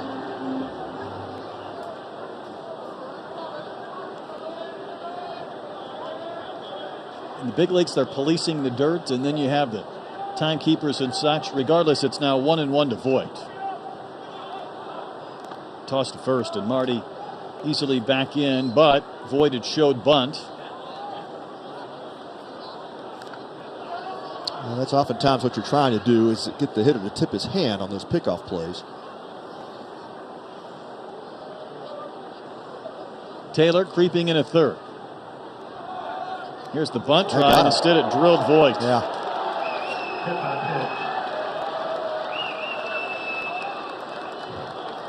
TCU wanted an appeal. Maybe they felt like Voigt was in that bunting posture, and he offered in some senses, but that pitch came so far in, he didn't have a choice. Yeah, no, there's no way he's offering that pitch. No. Definitely trying to get out of the way, and nowhere to go. You're squared around, and that's no man's land. The ball coming right at your chest. Was that Vanderhei trying to make it really tough for him to bunt rather than just accepting the bunt and the out? I don't know. I think that ball just got away. I mean, he's giving you the sack bunt. Take it. He's giving you the out. Yeah, take the out. But I think the fastball just got away from him. So after having really no issues whatsoever, gives up an infield single on a routine chopper, and then hit Voigt, who was trying to bunt, and there's activity stirring in the Horned Frogs bullpen out in left center. And they call that a hit or an error on Silva. Yeah. Hit. That was a hit? Wow. I thought that was pretty routine. I did too. I just felt like he took too much time. Yeah. I know there was a little... He bobbled it. He definitely bobbled the ball. But I'm not getting paid to scorekeep. I just had written down E6. Conversation is over. They're limiting those conversations to 30 seconds this year. Felt like that was a little bit longer, but there was a little bit to discuss. Yeah. Well, I think they're setting up for the bunt defense as well. And that's exactly what you're going to see here from Aaron Mortal. Corners already beginning to charge. If Michigan was willing to bunt with a runner on and nobody out, they'll clearly be in that same mode with two on base and nobody out. Yeah, the defense for TCU, you see David Bishop busted in from first base. That means Vanderhei playing kind of that regular bunt defense. He'll guard the third baseline. If it's bunt hard, Taylor will have to come in and field it. Ooh, what a job by Burns. Wow. For the third time, Burns had to jump out of his crouch and make a stabbing stop. Vanderhei taking a deep breath. He was in cruise control, but a couple of base runners have affected things a bit. Yeah, it's mentally, you just kind of wonder. He's having trouble throwing strikes to guys squaring the bunt. Willing to give him an out. That's not close again. Did that bother you at all when someone's squaring up there for hitting the target? I'm throwing it down the middle. I don't blame you. You're bunting. You want to bunt it, Take bunt it. Yeah. Especially in today's day and age of the big league level. If someone's willing to give up an out, which they rarely do, you're like, well, I'll take it. It's almost kind of getting the yips, and standing over a putt, the guy is showing you a butt. That's what it feels like right now. I just need to concentrate on that glove and throw to it. That's out. My goodness. Hit batter when Voigt was trying to bunt. A 4-pitch walk when Van Remortel was trying to bunt. Well, I don't think we're going to see bunt now, so maybe he gets back into his rhythm. Two-seam fastball just tailing away. I mean, that's a 3-0 pitch when a guy has no intent to even offer it a bunt, even if you put it right down the chute. Yeah, it's a good timeout by Curtis Byrne. Hey, you're not in a bunting situation now. Let's just get back in the glove and go to work. And great leadership by his catcher just to slow the game down and let him take a breath and, hey, flush it. Can't do anything about it now. Let's go to work. Get the ground ball. Brandon Lawrence is the batter. He's had 5 ABs this year. Struck out back in the third. Vanderhei able to recalibrate and get strike one. Yeah, that locked him up, that slider. Well, if you're Brandon Lawrence, you got to be thinking contact here. TCU's going to give up the run if you hit the ball at the middle of the ground. A chance to get this game tied up, or even better if he can put it in play.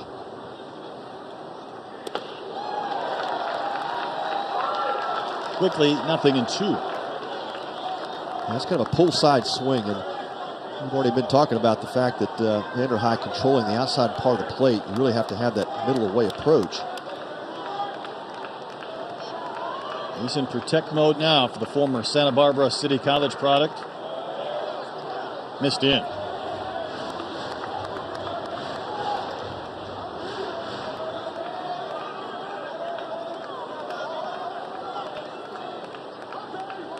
Second base has been a bit of a revolving door for the Wolverines. Lawrence could put his bid in for more playing time with a big hit here in the 5th.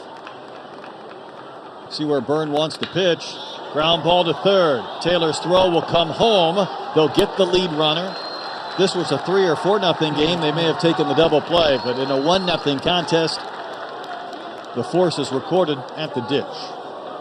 Well, great job by Brandon Lawrence just to put the ball in play and get a tough pitch from Vanderhei. Slider down in the zone.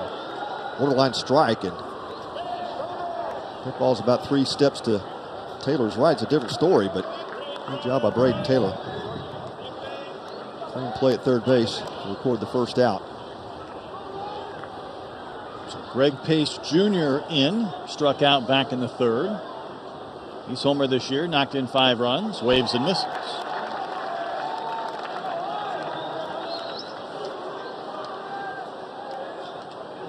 This is a really big juncture of this game for these two teams.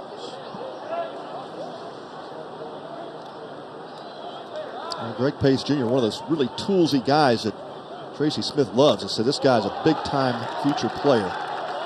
He's going to take his lumps as a freshman in this lineup, but really feels like he's got major league potential. Under Armour All-American, number 2 outfielder, ranked in the state of Michigan by perfect game. He's going to be thinking contact here. Use that speed. Vanderhei thinking strikeout. That's a real good 2-strike pitch. Yeah, it is. He's going to get a lot of swings and misses in that pitch.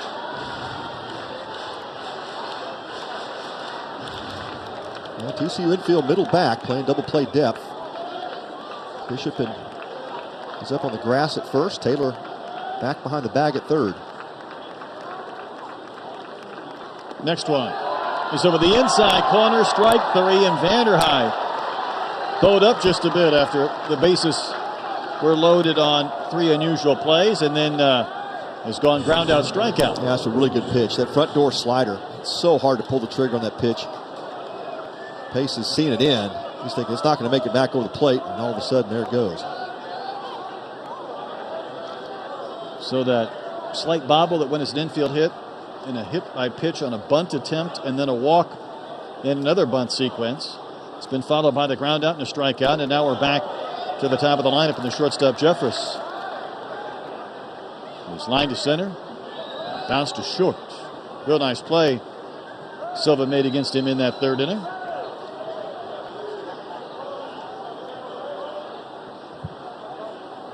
Bases full of Wolverines. That's a couple of pitches north of the zone, and not by much. Yeah. Jeffrey's with a little tighter zone.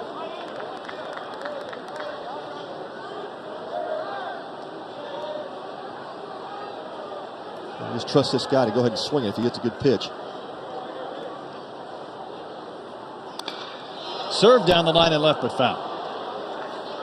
That's the right idea. I've seen a lot of that arm side run from Vanderhei, and if he gets a fastball, he knows it's going to tail away from him. Just a tad late.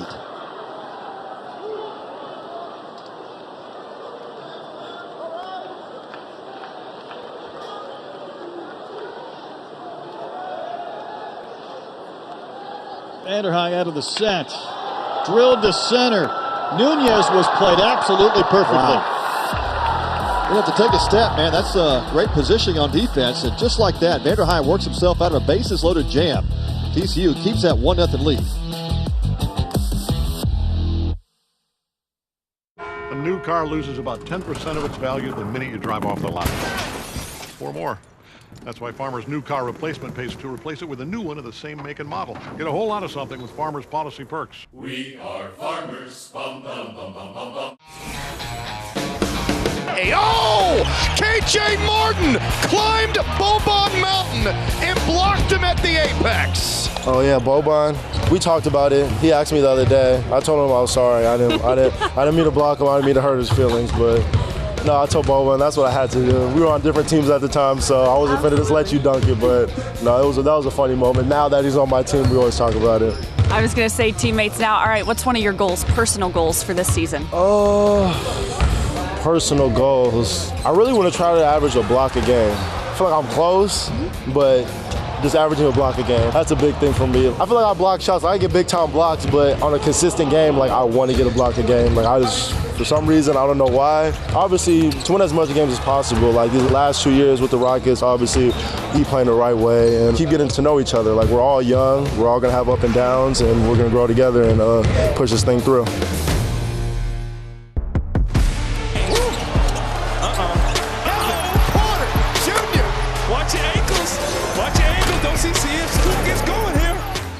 The Rockets take on the Spurs tomorrow at 6:30 on AT&T Sportsnet. The 2023 Shriners Children's College Classic is presented by Shriners Children's. Go to collegeclassic.org to donate today. And by Frio Beer, American owned, American brewed. And by more. Brett Dolan, Pat Combs here at Minute Maid. TCU had a golden opportunity to add to their 1-0 lead in the top of the 5th, unable to do so. And Michigan loaded the bases, Pat, with nobody out in the bottom of the frame, but did not score. Well, outstanding job by Vanderhei. Just looked like mentally he kind of had that block with the Michigan hitters squaring to bunt. And then after he got through that mess, he was able to kind of refocus and lock back in. And I credit Curtis Byrne, his catcher, going out there, kind of calming him down, letting him take a breath, get him refocused. And that was a big difference maker. Vanderhei absolutely executed on some great pitches to get out of that trouble. So Silva leads off. He bounced to short his only time in. He's hit in all 8 games this year for the Frogs. Preseason freshman in the Big 12 and all those honors lists. Just smoked one to Lawrence at second base. But the throw skips at first. And Silva's going to reach on the air. Hard hit ball. But a bounce throw results in a free base runner. Yeah, that ball was smoked off the bat of Silva, and Yeah, plenty of time for Brandon Lawrence. He set his feet, but didn't step into it. Yeah, just didn't step into his throw. Van Remordo's been really good at picking stuff and taking balls out of the air, but could not come up with it that time. Brings up Austin Davis. He is responsible for the only run in this game. Homered into the Crawford boxes in the 4th inning. This is a TCU team that's not going to slug a ton of home runs, maybe with the exception of Taylor. Davis has a pair. He has 2 of the team's 5. And let's go back and take a look at this bomb in the 4th inning.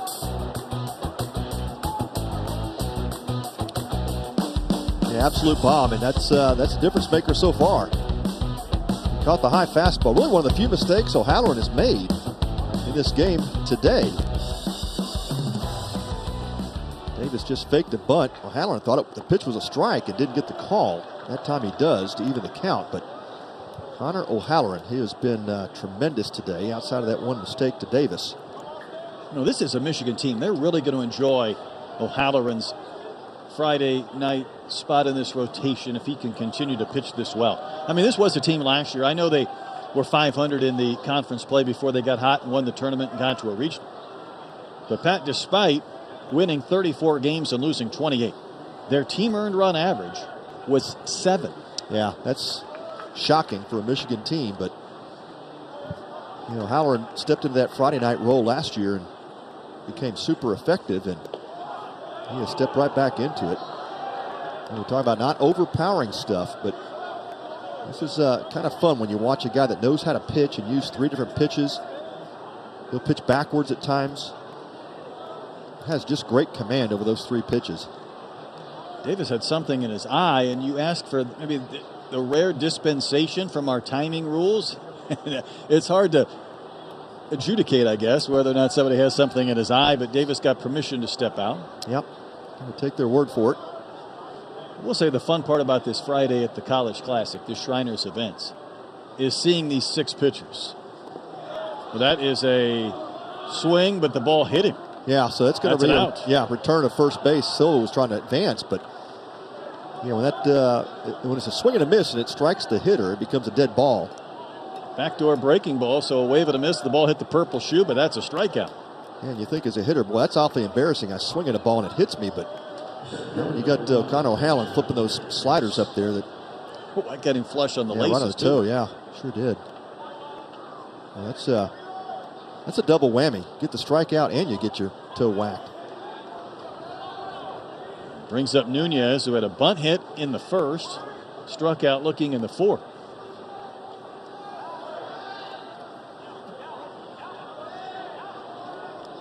Sometimes we get to Sundays and teams are leaking oil and running out of gas when it comes to arms, but usually on Friday we get these big-time starters, and it's a lot of fun watching them work here on this big league mound. Yeah, no doubt. And the other benefit of that, of having a Friday starter who can go deep, is to save those bullpen innings and hopefully have some better arms available when Sunday rolls around. And that's the one thing Tracy Smith is deep concerned about, just the depth of that Michigan bullpen.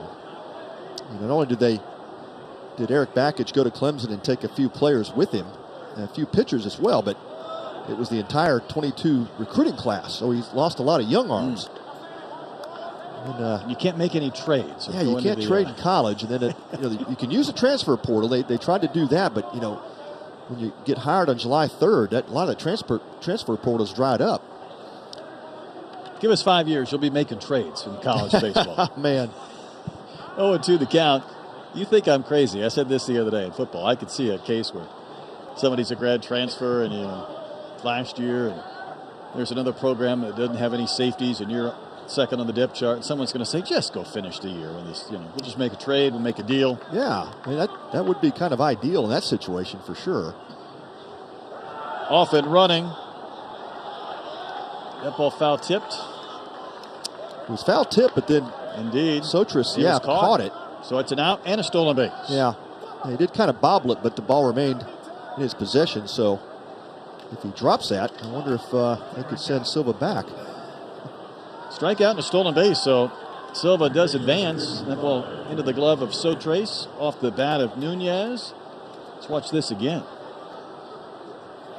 Yeah, I was on the transfer, so. He caught that with his bare hand, didn't he? He caught it with his glove, but it was a kind of a quick pop out of his glove to transfer it. And it wasn't clean. I thought it hit the glove, and then he caught it with the bare hand. Regardless, there's 2 outs, and Taylor, the batter, I would be a little bit cautious with him, even though he struck out both times in. Yeah. First base open. Yeah, third time around, Taylor has seen that slider multiple times. You start to see the spin earlier. They are going to walk him. Yep. Yeah. Boy, they read your mind, Brett. Play the percentages. Not going to pitch to that guy. Well, you've got Curtis Byrne behind him that's been struggling a bit with the bat. So the tip of the hat, though, Pat, is that's left on left, and you're willing to go left on right because you don't want to face Taylor. Well, not only that, they struck him out twice. Yeah, they're still walking him. I mean, that's talk about some respect. Yeah, they'd rather get the lefty-righty matchup over the lefty-lefty. You're exactly right. Now, Byrne has struck out twice as well. Takes a pitch at the knees for strike 1. I can pick up Baseball America. I can read D1 baseball. I probably don't need to face Braden Taylor if I don't have to, if the base is open. Well, I think Tracy Smith's playing those percentages, too. He's like, okay, we've got him twice. Are we going to get him a third time? I feel like he's due at that point. Yeah, exactly. Fouled back and out of play. I absolutely understand it. I mean, Curtis Byrne can hold his own, but a bit of a slow start with the stick, and that's who they want to face. Frogs trying to add to a 1-0 lead here in the 6th. And that one up and out.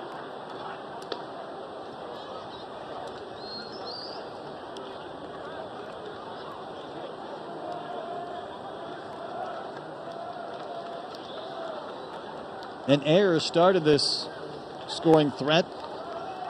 Intentional walk, couple of strikeouts in between those two. There's a chopper to the right side. Lawrence will throw to first to retire Byrne to end the inning. A little more traffic on the bases. Not any more scoring. Remains 1-0.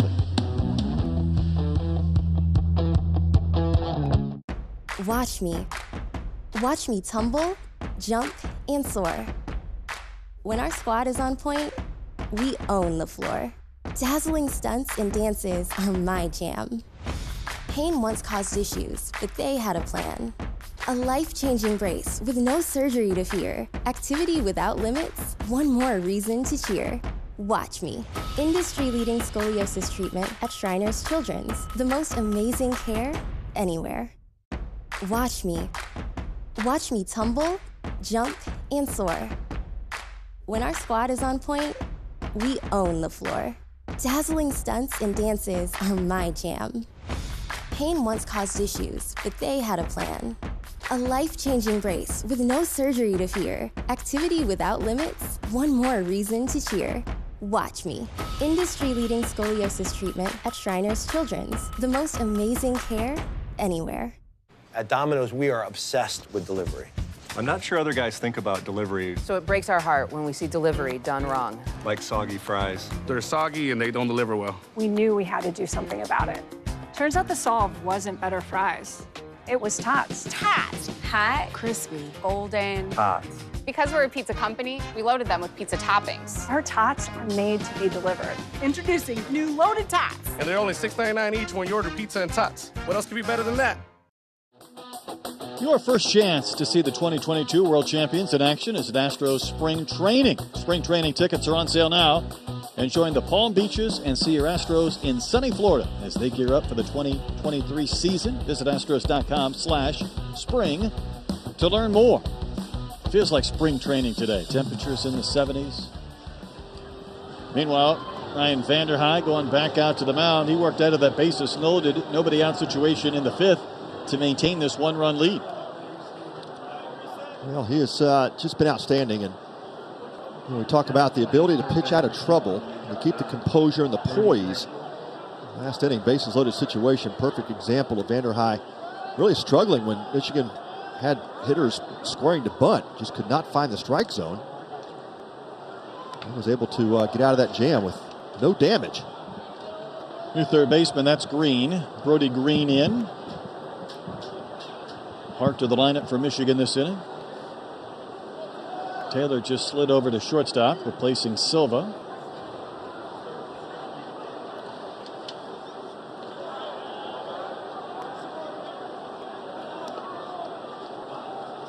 Flores unbothered by that last pitch. We've seen a few big misses from Vanderhei, but only counts as one ball. That's it.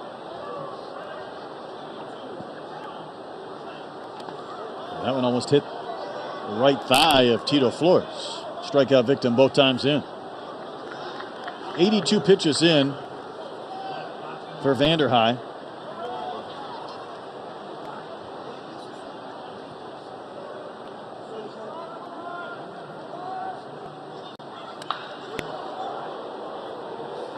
That one smoked foul down the line and left. And it had been Greenspan ducking. Base coach from Michigan.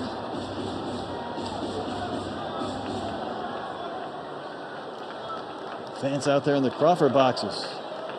They'll be hoping get a ball in their direction. Every once in a while, Vanderhei just pulls that pitch with him, as we've talked about a few times. He lands open. This that arm slot can carry that pitch at times, and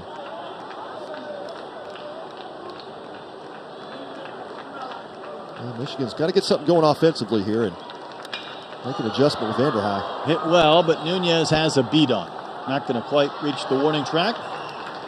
Flores retired. That's a couple of well-struck balls in a row. Jeffries had the line out to center with the bases loaded, and Flores a fly out to begin the sixth. Well, Michigan's starting to take better swings with the approach now to try to take pitches back up the middle.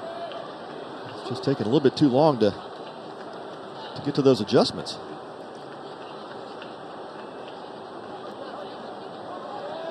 Burton, the DH, is 0 for 2. A couple of home runs in his first game of the year. He'd like a little flare hit, and that's what he's going to get. Richardson's going to try and track it down, but Burton will bloop one to right for a one-out single.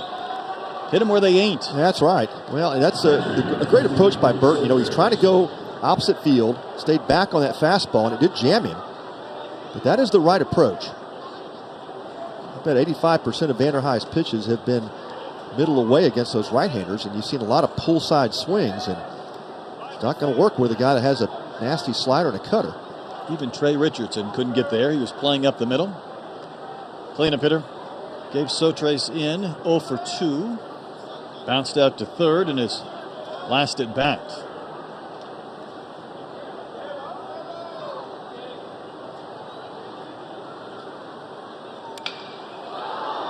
Another play for Nunez.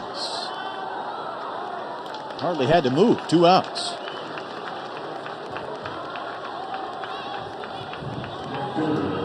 Yeah, pretty good swing by Sotres, but just got underneath it.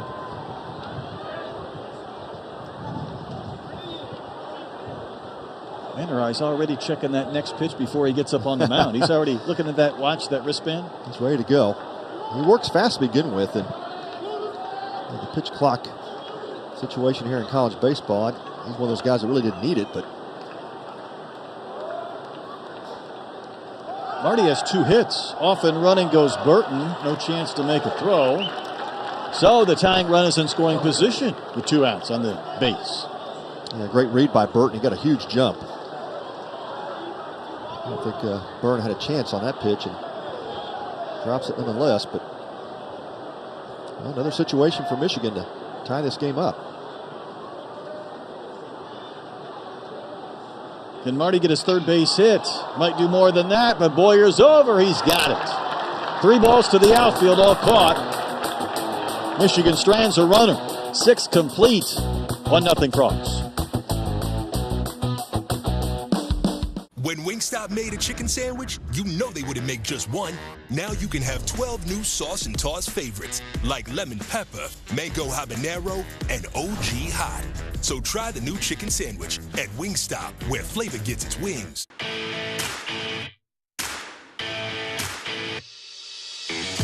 We're here today at the University of Michigan to welcome Allie, one of our Shriners Children's patients in Philadelphia, who has scoliosis. Scoliosis is a curvature of the spine, but today she's here to spend some time with the University of Michigan baseball team. Yes, I'm so excited. I was diagnosed when I was 13 in the summer going into 8th grade. It's safe to say I've been there at least 20 times, flying there or driving there, and each time I go there, it's a very personal experience. I've had one surgery so far, and I am currently looking into having a second surgery. When Schreiner said that they would take care of her, it just completely put us at ease. I threw one good one.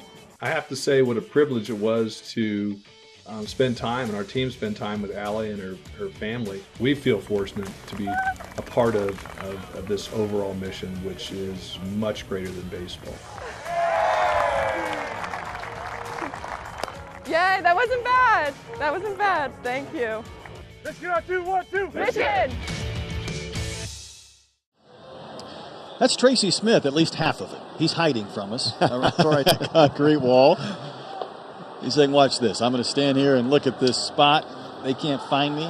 New head coach for Michigan. I had a chance to interview him for a college baseball show soon after he got the job, and he had the enthusiasm and the excitement you would expect for a guy. I mean, he was rejuvenated after a year out last year. Yeah, great to see Tracy Smith back at the helm of a college baseball program. That's where he belongs. He's one of the best. Had some great success. Of course, Indiana taking. Can you imagine Indiana had never been to a College World Series, taking them to a College World Series? Of course, gets hired by Arizona State, does the same. Just a long line of success, and again, a great coaching tree. Tracy Smith known for producing some great head coaches. And how about Chris Lemonis, who won the national championship a couple of years ago? That's right. Michigan State.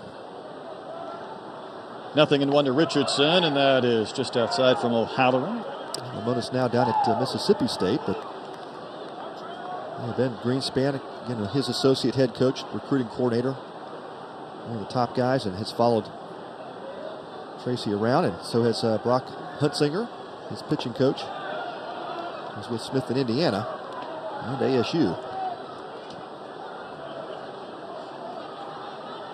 1-2 to Richardson. O'Halloran at 91 pitches now in his start. So we were wondering if maybe triple digits might kind of be the goal. Third time through. That's a chopper up the middle. Richardson can run. Jeffress's throw. That's just in time to get Richardson. Good play for the first out in the 7th inning. Yeah, great job by Jeffress to read that off the bat. Had to come up and charge it hard and get rid of it quickly, and does just that.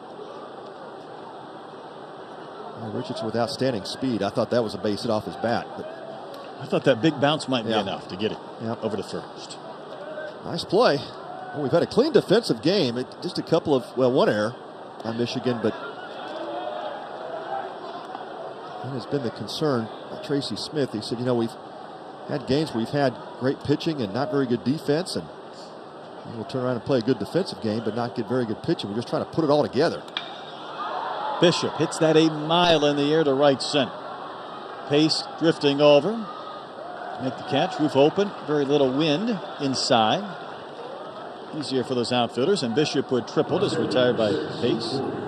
Yeah, that wind has really died down for this afternoon. I mean, it has that same jet stream every time this roof is open out towards left center, but it's calmed down. I want to go back to your thought, though, just as far as putting everything together, Pat, as Boyer steps in. It sounds like a lot of first-year coaches in this day and age, when you lose some players in the portal and you're late to get other players back, that you're just trying to figure things out on the fly, maybe a little bit shorthanded in those first few years. Yeah, no doubt. And I think that's what Tracy Smith, came in with that, realistic approach. Hey, we've got to rebuild the roster.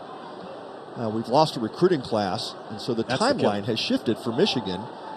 It's a great program, and I think you give Tracy Smith a couple of years, and it'll be back to where Michigan baseball should be. But yeah, it's tough to recover when you've got a lost recruiting class, and then you're late to the transfer portal. You've got obviously some good guys in the roster. Michigan's going to compete. These guys are going to play hard. It's a tight-knit team, but yeah, it's just not a lot of depth. I'm going to throw something else at you, time permitting, after this 1-2 to Boyers. I do a lot of Arkansas games. They're in the middle of an 18-game homestand. So not only are you playing at home, you're not traveling. You get more practice days, more development days. They've been on planes, trains, and everything over the last couple of weeks. Yeah, and you talk about even how difficult it is to get like extra batting practice certain days, you know, and you come to Minute Maid and you can't even do that. I mean, they limit your schedule here because all the games back to back. 6 teams trying to divvy everything up. Yeah, so they had each team had an hour practice yesterday, and that's it. I mean, and they don't let the fielders wear cleats. You had to wear your turfs. You had guys slipping around all over the field. Under the glove of Voigt, continuing into left. So Boyers is going to make a wide turn at first, but hold there as Flores plays it back in. That's a 2-out single. Yeah, Mitch Voigt gave it a try, diving attempt, and just off the tip of his glove. Ball was hit hard by Boyers, and I thought at first he might have a chance at 2, and Tito Flores got over there quickly. Made a strong throw back in to hold Boyers to the single.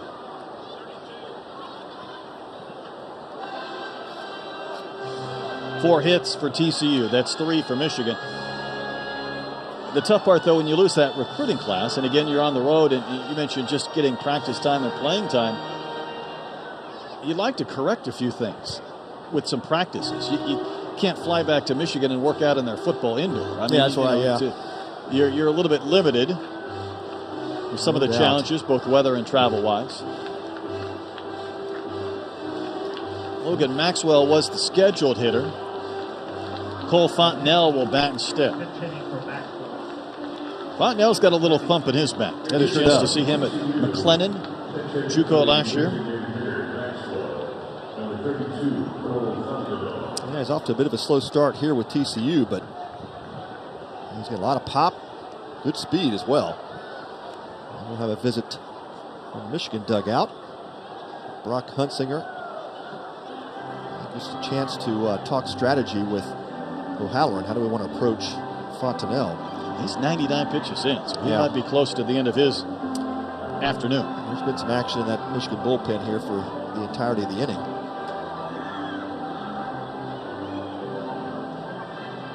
Well, O'Halloran been pretty good from the beginning of this game on, Pat, here this afternoon. Yeah, how about 9 strikeouts in the day? We'll take a look at a few of them here. We like that nice compact mechanics, very repeatable. That slider curveball combination has just been absolutely nasty. Just great control over that pitch. And then when you start to sit on that breaking ball, he'll sneak that high 80s fastball by you. Yeah, Brett, we talk all the time about pitchers who can establish the strike zone with their off-speed pitches. Yeah, you might be 88 on the gun, but to a hitter it looks like it's 92. There's his line. Fontenelle, the pinch hitter, is a switch hitter. So he steps in from the right side, lifts one to left towards the Crawford boxes. It's going to go. A 2-run homer on the first swing from the pinch hitter, Fontenelle. And the Frogs have jumped the lead up to 3-0. There's that bump in his back. Oh, man. Home run brought to you by Frio Lights. Celebrate every moment. The Frogs celebrating that home run. It sure looked like Fontenelle went up there sitting on that breaking ball. That's exactly what he got. It's a bit of a get-me-over breaking ball by O'Halloran. And, man, Fontenelle just squared it up. All 3 runs have scored on a pair of homers to the Crawford boxes. Yeah, that was a no-doubter. And that pitch just didn't have quite the bite that we've seen on some of those breaking balls. And it could be some fatigue, but it could be just, hey, I'm just going to flip one over and try to get strike one with a nice little get-me-over breaking ball, and Fontenelle crushed it. I thought he was going to make that play. It went right through the hands. He didn't get the baseball. Fontenelle got the homer. And the Astros train was a chugging. Yes, it was. Brody Green getting his first at bat. He came on defensively at third, which got my curiosity up with Taylor then moving to short. I'm not sure if something happened to Silva or whether they just made the change. I wouldn't think this would be a better defensive alignment, but regardless, Green getting his chance. That's a wave at him in. Yeah, good change up there from Halloran. Well, it makes a coach feel really good when you call on a pinch hitter and he gives you a home run. Kirk Sarlo says, yep, I'm a genius at the moment. In the dirt, 2-2. A great call. P.J. Bruce came in as the assistant to replace Bill Mosiello. And he spent the last 7 years as head coach at Nevada. And Kirk Saarloos has turned the offense over to TJ and said, hey, this is your gig, man. You run it. And he has picked up right where Coach Mo left off. Coach Mo got his chance to be a head coach at Ohio State. Ohio State, yep. I know the TCU fans hated to lose him, but Coach Mo had really earned a shot to be a head coach. And I love that guy. He's just a great, great human being and getting his shot with the Buckeyes. He'll face this team from up north later on. That's a wave and a miss. Brody Green down on strikes to end the top of the 7th. But TCU got a couple of big insurance runs. They came on one swing from the pinch hitter, Fontenelle. This one lands in the Crawford boxes. The Frogs have a 3-0 advantage.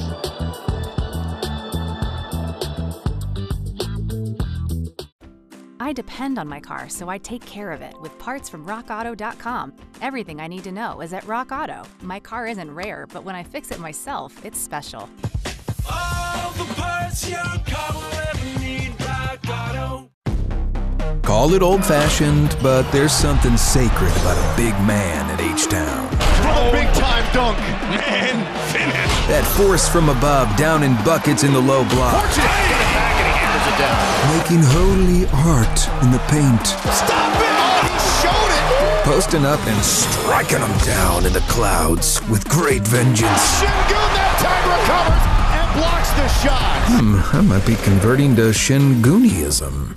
The modern fan deserves modern solutions. No, not interdimensional teleportation, although that would be cool. I'm talking about watching your favorite teams everywhere, wherever you go. Make it happen with the AT&T Sportsnet mobile app and never miss a moment. Just download from iTunes or Google Play, log in with your TV provider account info, and it's go time. The AT&T Sportsnet mobile app, literally putting the game in your hands. And we'll look into that teleportation thing. Only one spot for me. I gotta be first. I'm who they all wanna be. Come to your worst. I've been through the dirt. I've been through the dirt. Catch Astros spring training action on AT&T Sportsnet. Well, the Frogs have gone to the bullpen after 6 really good innings from Vanderhei. Luke Savage, Plano native, on the pitch. Yeah, really kind of the swingman for Kirk Saarloos and the Horned Frogs.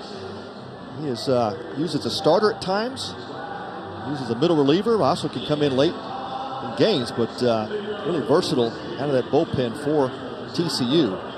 Yeah, good stuff. He'll be 92, 94 with the fastball, slider, changeup.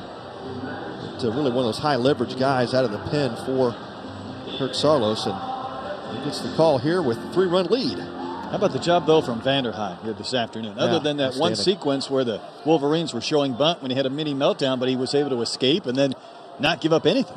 Yeah, that was a great recovery by Vanderhei, and yeah, just overall, just a great, great outing. Voigt rolls one up the middle, off the mound. There's Taylor, who moved over from third. He'll make that play. Says, I can handle it. He went skipping all the way towards first base after making that play. 1 out. Yeah, how about the versatility of Braden Taylor going from third base to shortstop and makes an outstanding play on the second base side of the bag. And smooth delivery, too. Across the diamond, David Bishop, out number 1.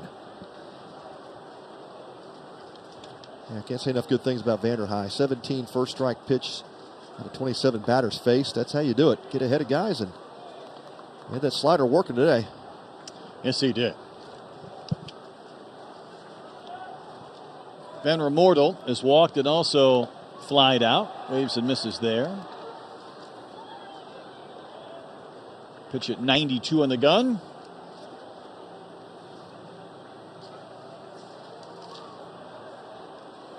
Savage pumping strikes.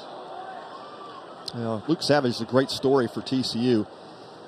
One of those great student athletes, 4.0 GPA student. Great guy, but also has a 501c, Brett, called Blessed Feet. Got to hear more. Just out of the reach of the shortstop, Taylor. He was trying to take a hit away from Van Remordel, but he gets the base hit. Yeah, Taylor went horizontal, just couldn't quite come up with it, but big base hit for Jack Van Remordel. That's exactly what Michigan needs, is base runners at this point. All right, fill me in. I got to hear more.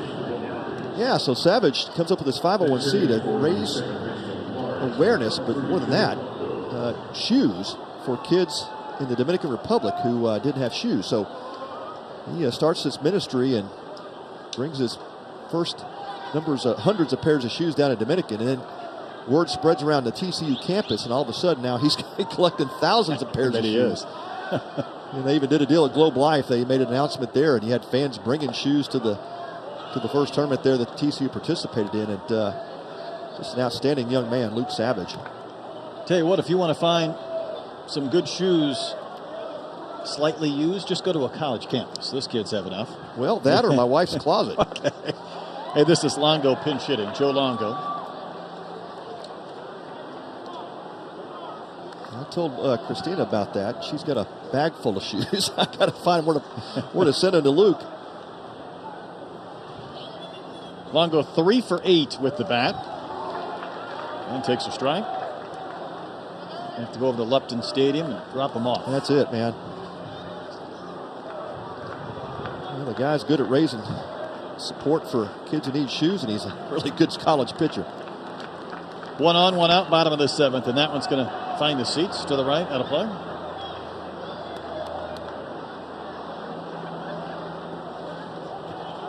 Not a lot of hustle in that section. Let's go. There's a ball in play. Get after it. Somebody grab it. Too many adults. So a ground out and a base hit. Michigan now down 3. Fouled right back. That pitch was elevated. Longo fouled it to the netting.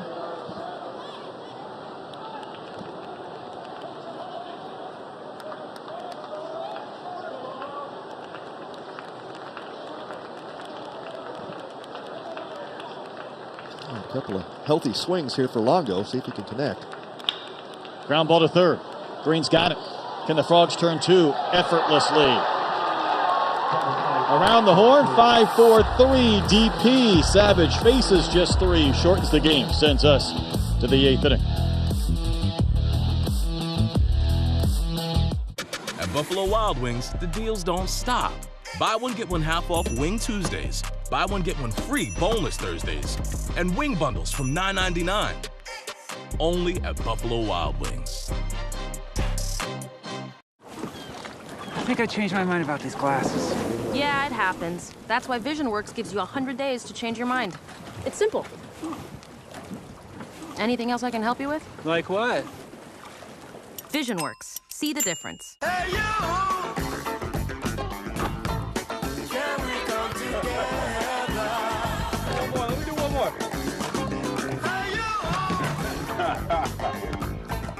Hey, New Balance. We got now.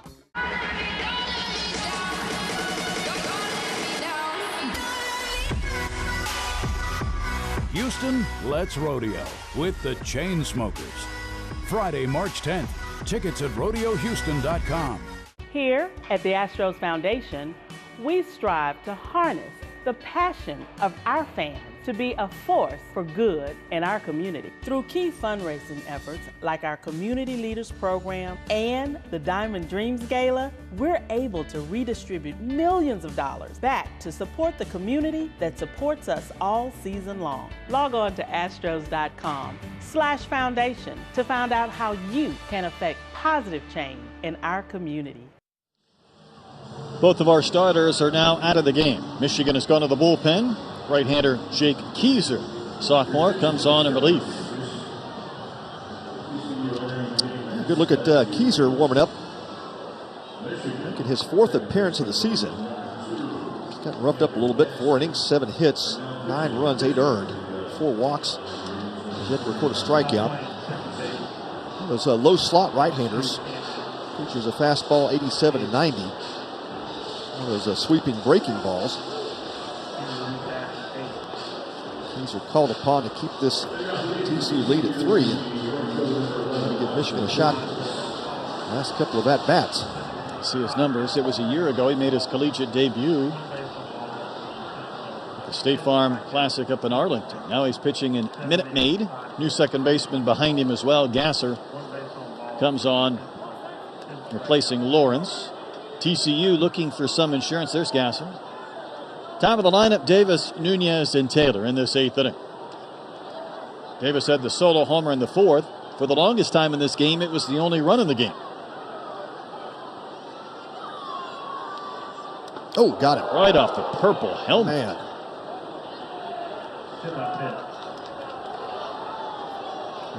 Well, Davis struck out earlier on a pitch that hit his back foot. That is scary. Yeah, this time he gets hit in the head, and this one will count. Both ends of the body. That was right off the back. You're exactly right, Brett. That wasn't off the top where it was a glancing blow. This was closer to being off his neck. Yeah. Nowhere to go. Well, glad it caught the helmet, but that's very similar to what we saw happen to Elijah Nunez just a couple of weeks ago. Frogs just got him back from a concussion. They did, yeah. And they don't need to lose Austin Davis, and he says he's okay. Yeah, I could tell when Nunez got hit, it was against Missouri. And that ball, it was glancing blow like that, but I immediately saw Nunez kind of stagger back. It had really affected him in the immediacy of that hit batter. And now we're going to get a visit from Tracy Smith.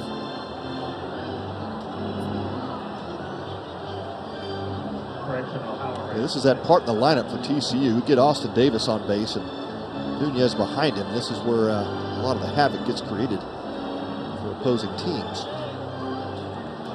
Activity going in that Michigan bullpen as well. Kurt Barr up and warming up. For Michigan.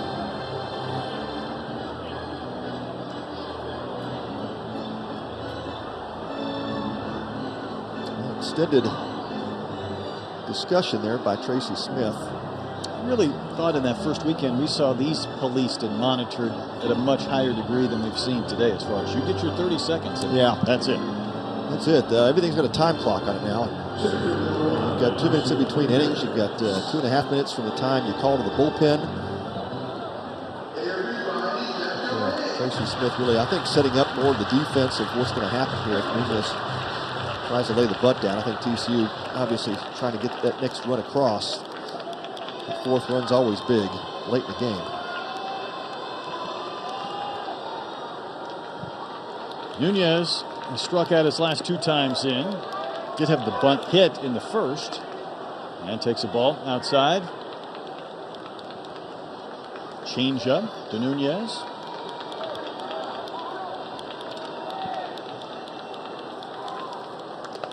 Further outside. Yep. Keyser's going to find that strike zone. 3 pitches, all 3 out of the zone. This is not the place you want to elicit free bases. Davis runs. Pitch was a strike, throws a strike, but it's not in time. Remember, Davis had 29 of those a year ago at West Virginia. Yeah, that's the combination of speed and power that this TCU offense offers, and Austin Davis off and running, great jump. Yeah, really good catch and throw by Sotras, but he had no chance. Now base hit could provide TCU with another run. Backdoor breaking ball didn't find the mark.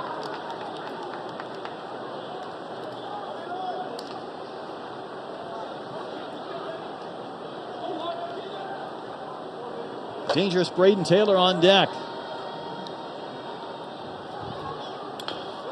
Chopper is going to bend foul towards the Michigan dugout. Nunez trying to pull that pitch. That ground ball to the right side, advance Austin Davis. Try to put him in scoring position for Braden Taylor coming up.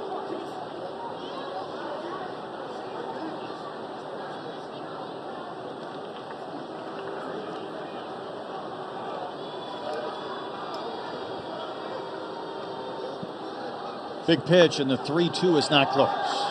So a hit batter, a stolen base, then a walk for the most dangerous hitter in the Frogs lineup, Braden Taylor.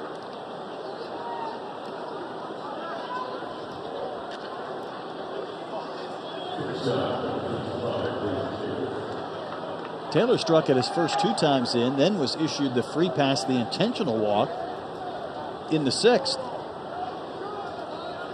He finally gets to face a right-hander. Keyser's got that sinking fastball, pretty good changeup. Have to keep those pitches down in the zone, try to entice Taylor to swing something down and get that ground ball. Michigan defense, double play depth, hoping to keep Taylor on the infield. Big 12 preseason player of the year. 27 career home runs. Pitch, but it just did float off the edge, and Taylor wasn't enticed to swing. You see that good arm side run from Keyser, but at some point you're going to have to give it over the plate. So you would think. Yeah, 9 pitches, only a couple of strikes. Now 10 pitches, 3 strikes.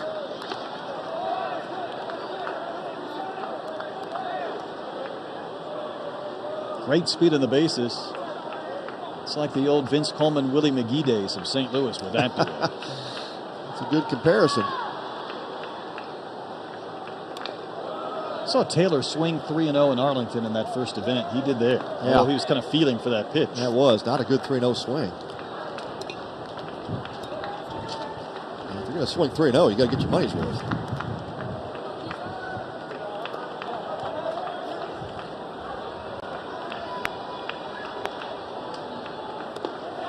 Got his money's worth there. He took a little bit off that pitch and it's had a good sinking motion down and away.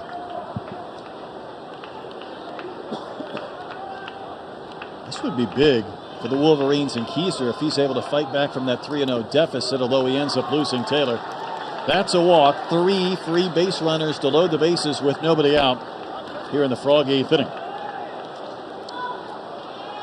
Well, this is what Michigan's been able to avoid most of the game. Allen did a great job of limiting the free bases and did give up a couple of home runs, but he made TCU earn it.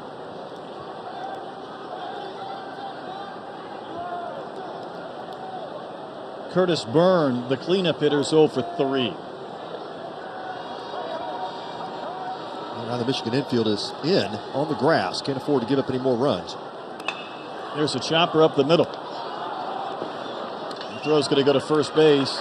Gasser just into the game, checked about every base. He looked at home, looked at third, and then realized he better take it out at first. As Davis scores, it's 4-0. Yeah, Cody Jeffries was pulled around towards third base, so he had no chance at that. Gasser was the only one that had a shot. You're exactly right. He checked a couple of different bases before setting his feet, making a good throw to first to get the out on Byrne, but that'll result in the 4th Frog run. And now Tracy Smith will make and a pitching change. The pitching change. Hey, you got to leave your wristband. You got to hand that up to the next guy. Frogs have added an insurance run. New pitcher coming into the game.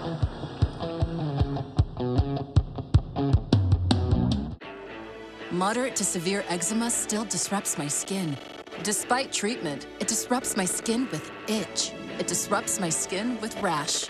But now, I can disrupt eczema with Rinvoq. Rinvoq is not a steroid, topical, or injection. It's one pill once a day. Many taking Rinvoq saw clear or almost clear skin, while some saw up to 100% clear skin. And they felt dramatic and fast itch relief, some as early as 2 days. That's Rinvoq Relief. Rinvoq can lower your ability to fight infections, including TB, serious infections and blood clots, some fatal, cancers, including lymphoma and skin cancer. Death, heart attack, stroke, and tears in the stomach or intestines occurred. People 50 and older with at least one heart disease risk factor have higher risks. Don't take if allergic to Rinvoq, as serious reactions can occur. Tell your doctor if you are or may become pregnant.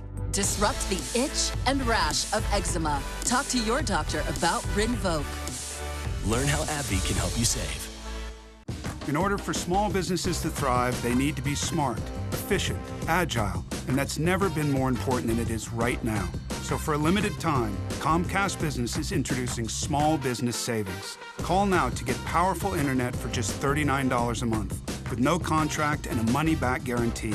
All on the largest, fastest, reliable network from the company that powers more businesses than anyone else. Call and start saving today. Comcast Business, powering possibilities. Our pitching changes are brought to you by Honda. Kurt Barr becomes third pitcher of the game for the Wolverines. Yeah, the inexperienced but talented freshman right-hander. Had a great fall, made a good impression on Coach Smith and the staff at Michigan, and has earned a couple of late game appearances for Michigan. Make it one appearance, but 2 innings. 1 walk, 1 strikeout, so making his second appearance of the season here for Big Blue. Down 4-0. But Barr called upon to try to limit this damage that's been created in front of him. A couple of runners in scoring position with 1 out. And that's the goal right now. Try and keep TCU from tacking onto this advantage any more than just this current 4-run cushion. Trey Richardson, the batter. 0 for 3. 3 times he's hit the ball on the ground. Twice to the shortstop Jeffress, and now, as Pat mentioned, that infield stays in all the way around. How about the squeeze, and somehow Richardson gets it down. He's going to be tagged out. Nunez will score. That was not an easy pitch to handle, but Richardson executes. It's 5-0 TCU. Perfectly executed, and it's not like nobody knew it was coming. Jack Van Remorta was in about 5 steps in the grass. Yeah, what an incredible job of Richardson getting that butt down. That pitch looked like it was going to be about a foot outside. And Nunez, with his speed, easily slides across the plate. TCU has 2 runs without a hit here in this 8th inning. Taylor also advanced to third for David Bishop, who was tripled and flied out to center. Fouled back and out of play. Yeah, just so many ways for this TCU offense to beat you, and one of the ways they do it is they really take advantage of free bases. I think you said it best. It's that combination of power and speed, but also execution with some veterans. Pitch rolls in for a strike. Good breaking ball by Barr, and quickly ahead in the count.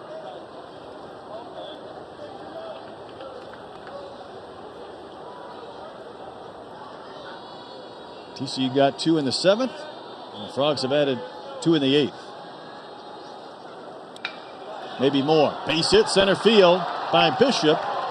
Taylor will score, pick up the bat, make it 6-0 Horned Frogs.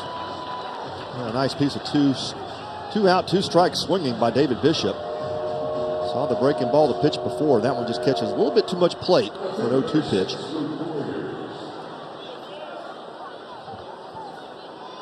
Nice piece of hitting.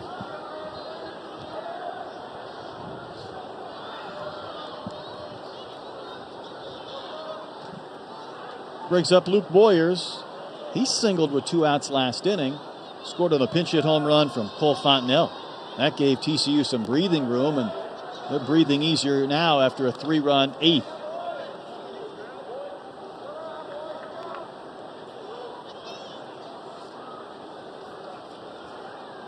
The way TCU came out of the gates in those first couple of games, I think there was the thought, hey, oh, look out, there's a throw down to second base when that ball was bobbled and Bishop is going to be erased. I'll hold that thought. That is not a caught stealing. Nonetheless, it's an out, 3-run score. Inning ends.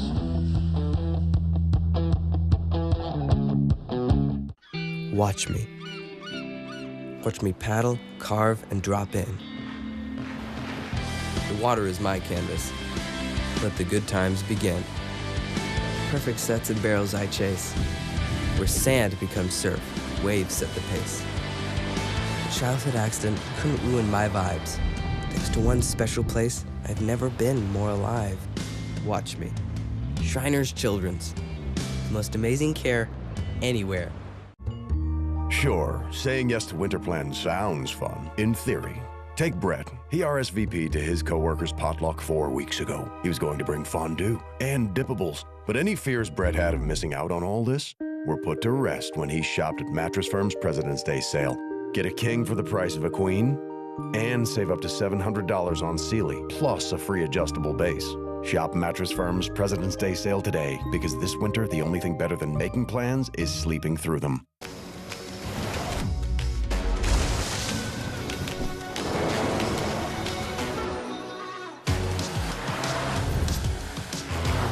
Find out where that road leads. Take on any challenge. When you have the #1 brand in dependability, you stop thinking about what you can't do and start doing what you never thought possible. Kia, movement that inspires. 6-0 Horned Frogs. As this game moves into the bottom of the 8th inning, Game 2, day 1. I'm going to give you an update on our collegeclassic.org fundraising goal. We're trying to get to $250,000, so we're off and rolling on our way. You can contribute. Visit the website. See that number increase over the course of these 3 days. Greg Pace Jr. leading off the bottom of the 8th inning. Savage gave up one single, but he got a double play to end the 7th. Then his teammates scored 3 runs for him in the 8th. That's a mile in the air to right center. Nunez underneath it, puts it away for the first out.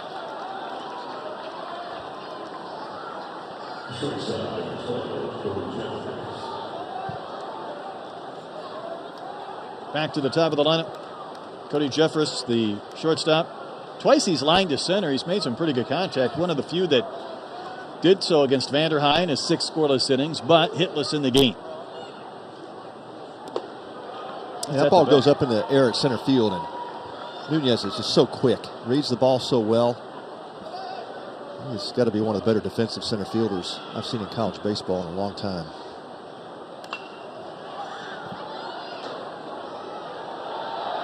Quickly, 0-2.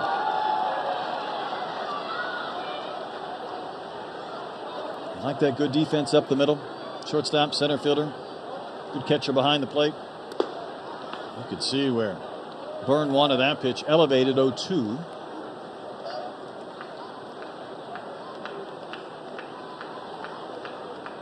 Savage not wasting much time. Next pitch floats way out. Yeah, TCU's produced some great catchers over the years, too. Going back, Brian Holiday, Evan Scoug, Curtis Byrne, very much cut from that same mold. Just a great leader. Chopper to second for Richardson. 2 outs. That extra coach you have on the field with him behind the plate. Scoug caught a lot of games behind the plate for TCU. Yeah, 3-4 years, maybe.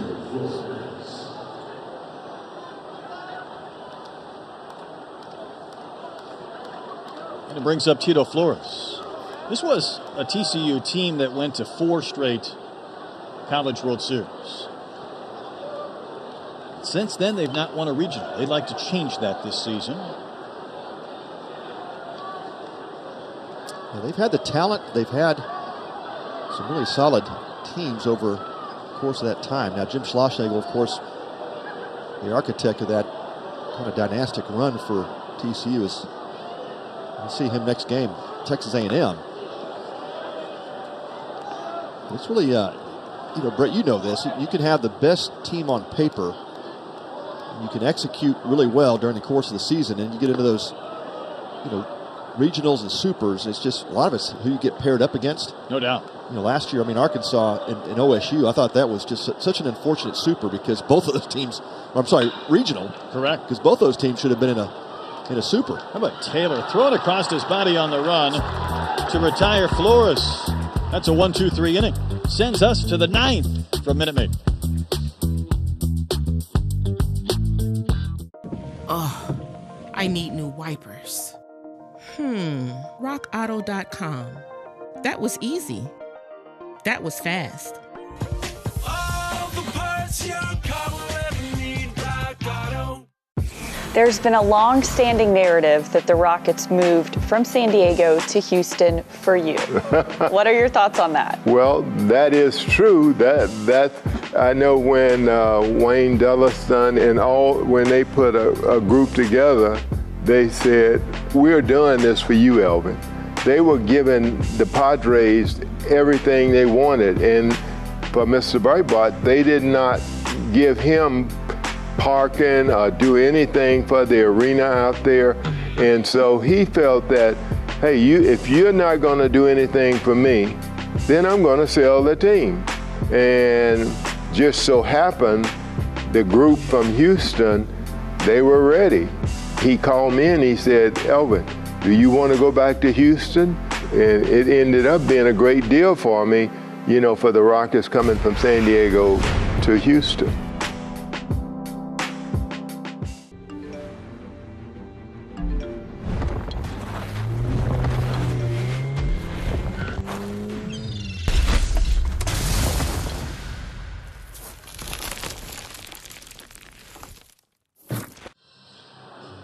What could possibly go wrong with young men swinging there? There's already one guy smacking his teammate.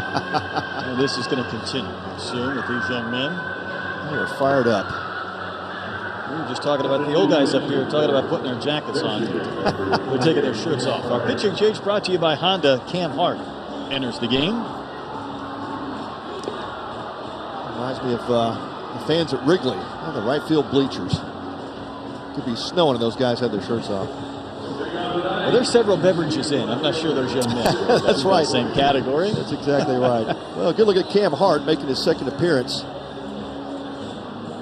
We talk about the Michigan pitching staff, and Tracy Smith will be the first to tell you, hey, we're still trying to figure out roles and responsibilities for these guys, and a little bit early in the season for that to be dictated, but Cam Hart gets the call here in the 9th inning. So you're trying to figure out some roles, but on the roster he's listed as an infielder.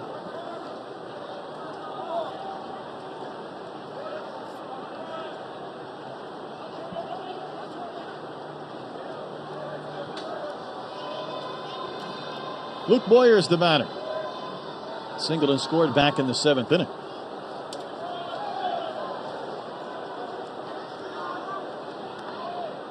Yeah, he does have a batting average.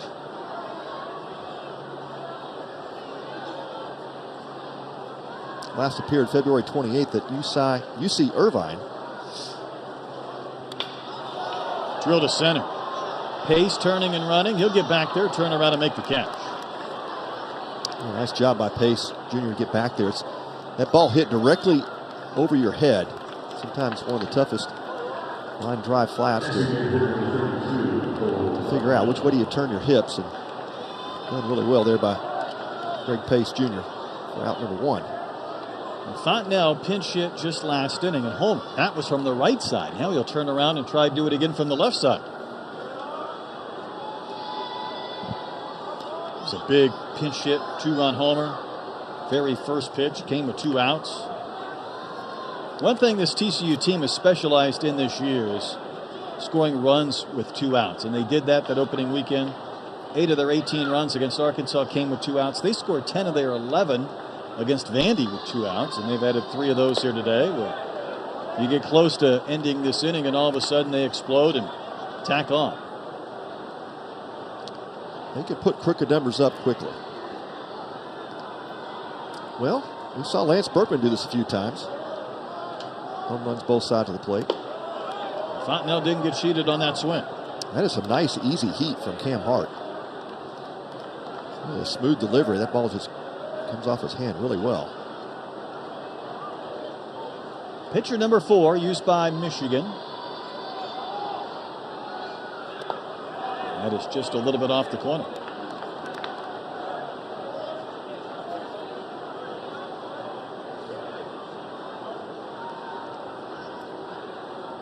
Six runs on 6 hits for TCU.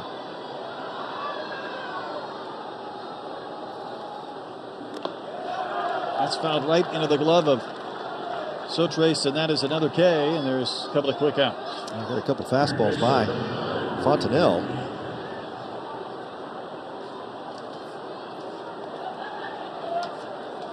Well, easy to see why he's on the mound. Some pretty good stuff. Beautiful Minute Maid Park, the site of the Shriners Children's College Classic, working towards a conclusion in Game 2. The batter is Green, who came on defensively at third and got an at-bat in the 7th and struck out. You could envision a scenario, though, for Michigan where Cam Hart gets a few more high-leverage type innings going forward. Yeah. This is good stuff. Good command. Working ahead.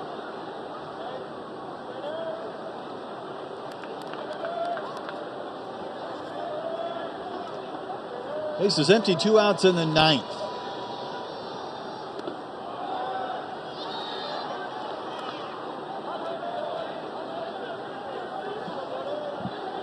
A&M, Louisville up next. Our nightcap in day 1, rematch of last year's Super Regional in College Station. Yeah, looking forward to that one. Played a couple of 1-run games. Aggies won them both.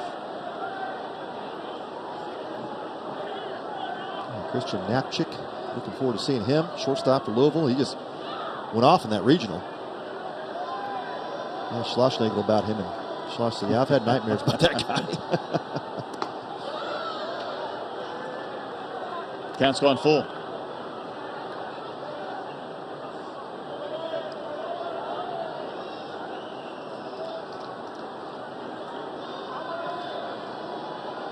Green spread out wide in that box. Pop one up on the left side of the diamond. This is trouble. Shortstop Jeffers called off his third baseman. Voigt was running in front of him. Place made. Bottom of the ninth we go. Michigan down 6. 2022 World Series champion. It's one thing to reach the pinnacle, and another to hold the throne. Heavy is the head that wears the crown, but we're used to the weight. We've built a legacy.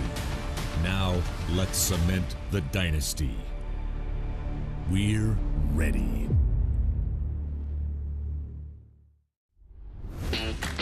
Watch me.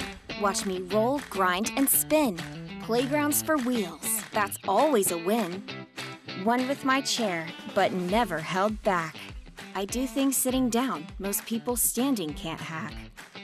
Some might say my condition was fate. My doctors would tell you I'm just redefining great. Watch me. Life-changing orthopedic excellence at Shriners Children's. The most amazing care anywhere. Watch me. Watch me shine with every snap. Born to move fans, to cheer and clap. 2 different legs, that's how I play. One built from science to help me on the day. Between these lines, I'm all heart and muscle. Don't stare too long, you'll miss the hustle. Watch me. Pioneers in prosthetic technology at Shriners Children's. The most amazing care anywhere. Bottom of the ninth we go. Michigan down 6-0. Part of their lineup, Burton, Sotrace, and Marty. Savage has cruised through 2 innings, given up just 1 hit, but facing the minimum. Burton has one of the 4 hits for the Wolverines.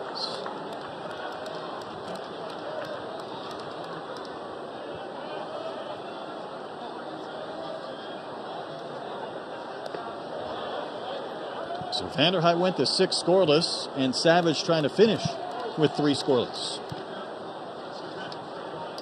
Well, let's see if Burton's taken here. Michigan needs a lot of base runners. He is, and it's a strike, so 2-1. Yeah, catches the top of the zone, according to Joe Harris. Joe's had a very consistent strike zone today. You love to see that.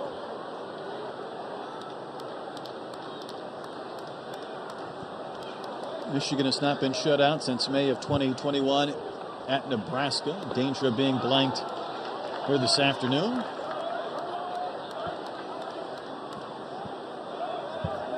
And 27 pitches for Luke Savage, 18 strikes. Works with tempo.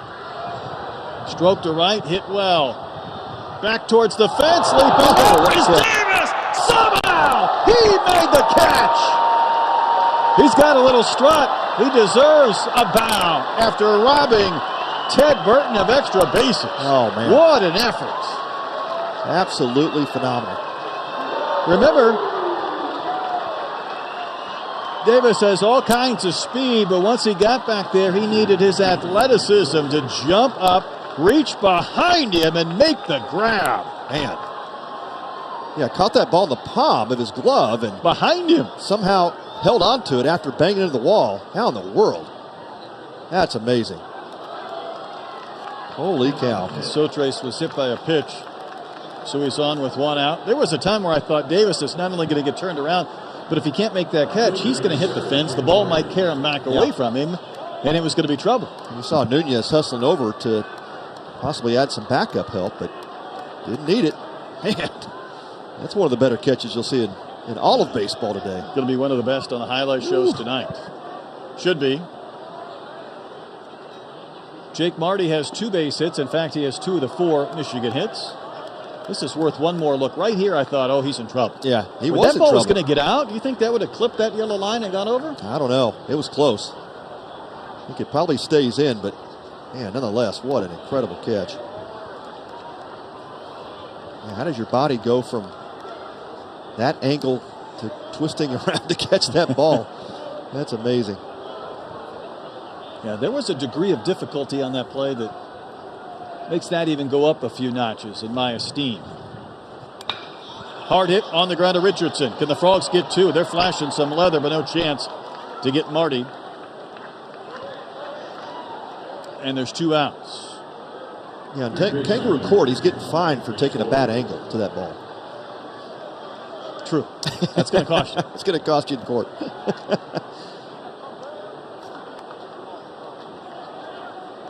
Wolverines down to their final out. Here's Mitch Voigt.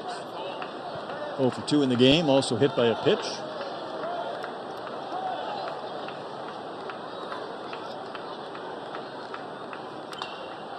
Soft little pop-up. Bishop over. Is he going to have room? He went into the netting. The young men almost had Bishop in their lap. Those guys had their gloves. Yeah, they were waiting to make a catch, and then Bishop comes crashing the net and scared him. He's saying, I was going to catch it, but the net was there. Yeah. Bishop might have caught it were it not for the net. Good effort. Sporting some Arizona State jersey, yeah. Wrong park tonight, but that's okay. Good effort down there. Ball and a strike to Voigt. Wolverines down to their final out. TCU looking for the combined shutout between Vanderhei and Savage. Now the Wolverines down to their final strike.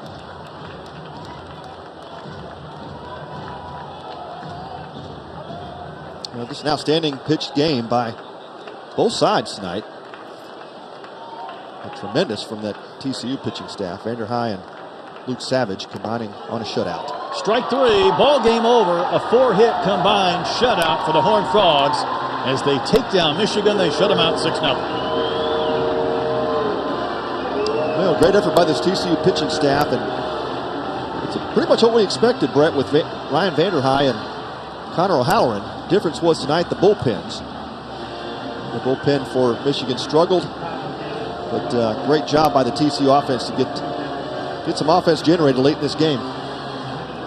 And that's going to do it for game 2. 2 well-pitched games so far here in the Shriners College Classic. For Backcombs, I'm Brett Golden. So long from Houston. Once again, our final score. TCU took down Michigan 6-0. Stay tuned for game 3. Number 14, Louisville versus number 15, Texas A&M. We'll start that one off at 7 o'clock with a 7:05 first pitch. So again, our final in game 2. The Horned Frogs with a 6-0 win over the Wolverines. So long for now from Minute Maid.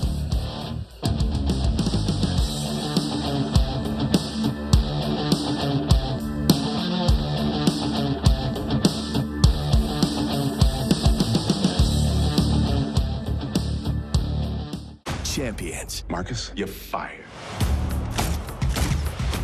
I am going to be your court-mandated basketball coach. I'm Johnny. I'm your homie with an extra chromie. Whoa. Let's show those guys what champions are made of. This doesn't feel right. He's just one win away from this Special Olympics tournament. I need you to get a good night's rest. Look at you. They respect me. Champions. Look at me, Mr. Feelgood. Rated PG-13. Only in theaters March 10th. Pep Guardiola graduated from outstanding player to even better coach, one of the greatest in the world. Sergio Aguero delivered himself into football folklore with his title-winning goal for Manchester City in 2012. Antoine Griezmann may soon be the best player in world football. And Paul Pogba, once the most expensive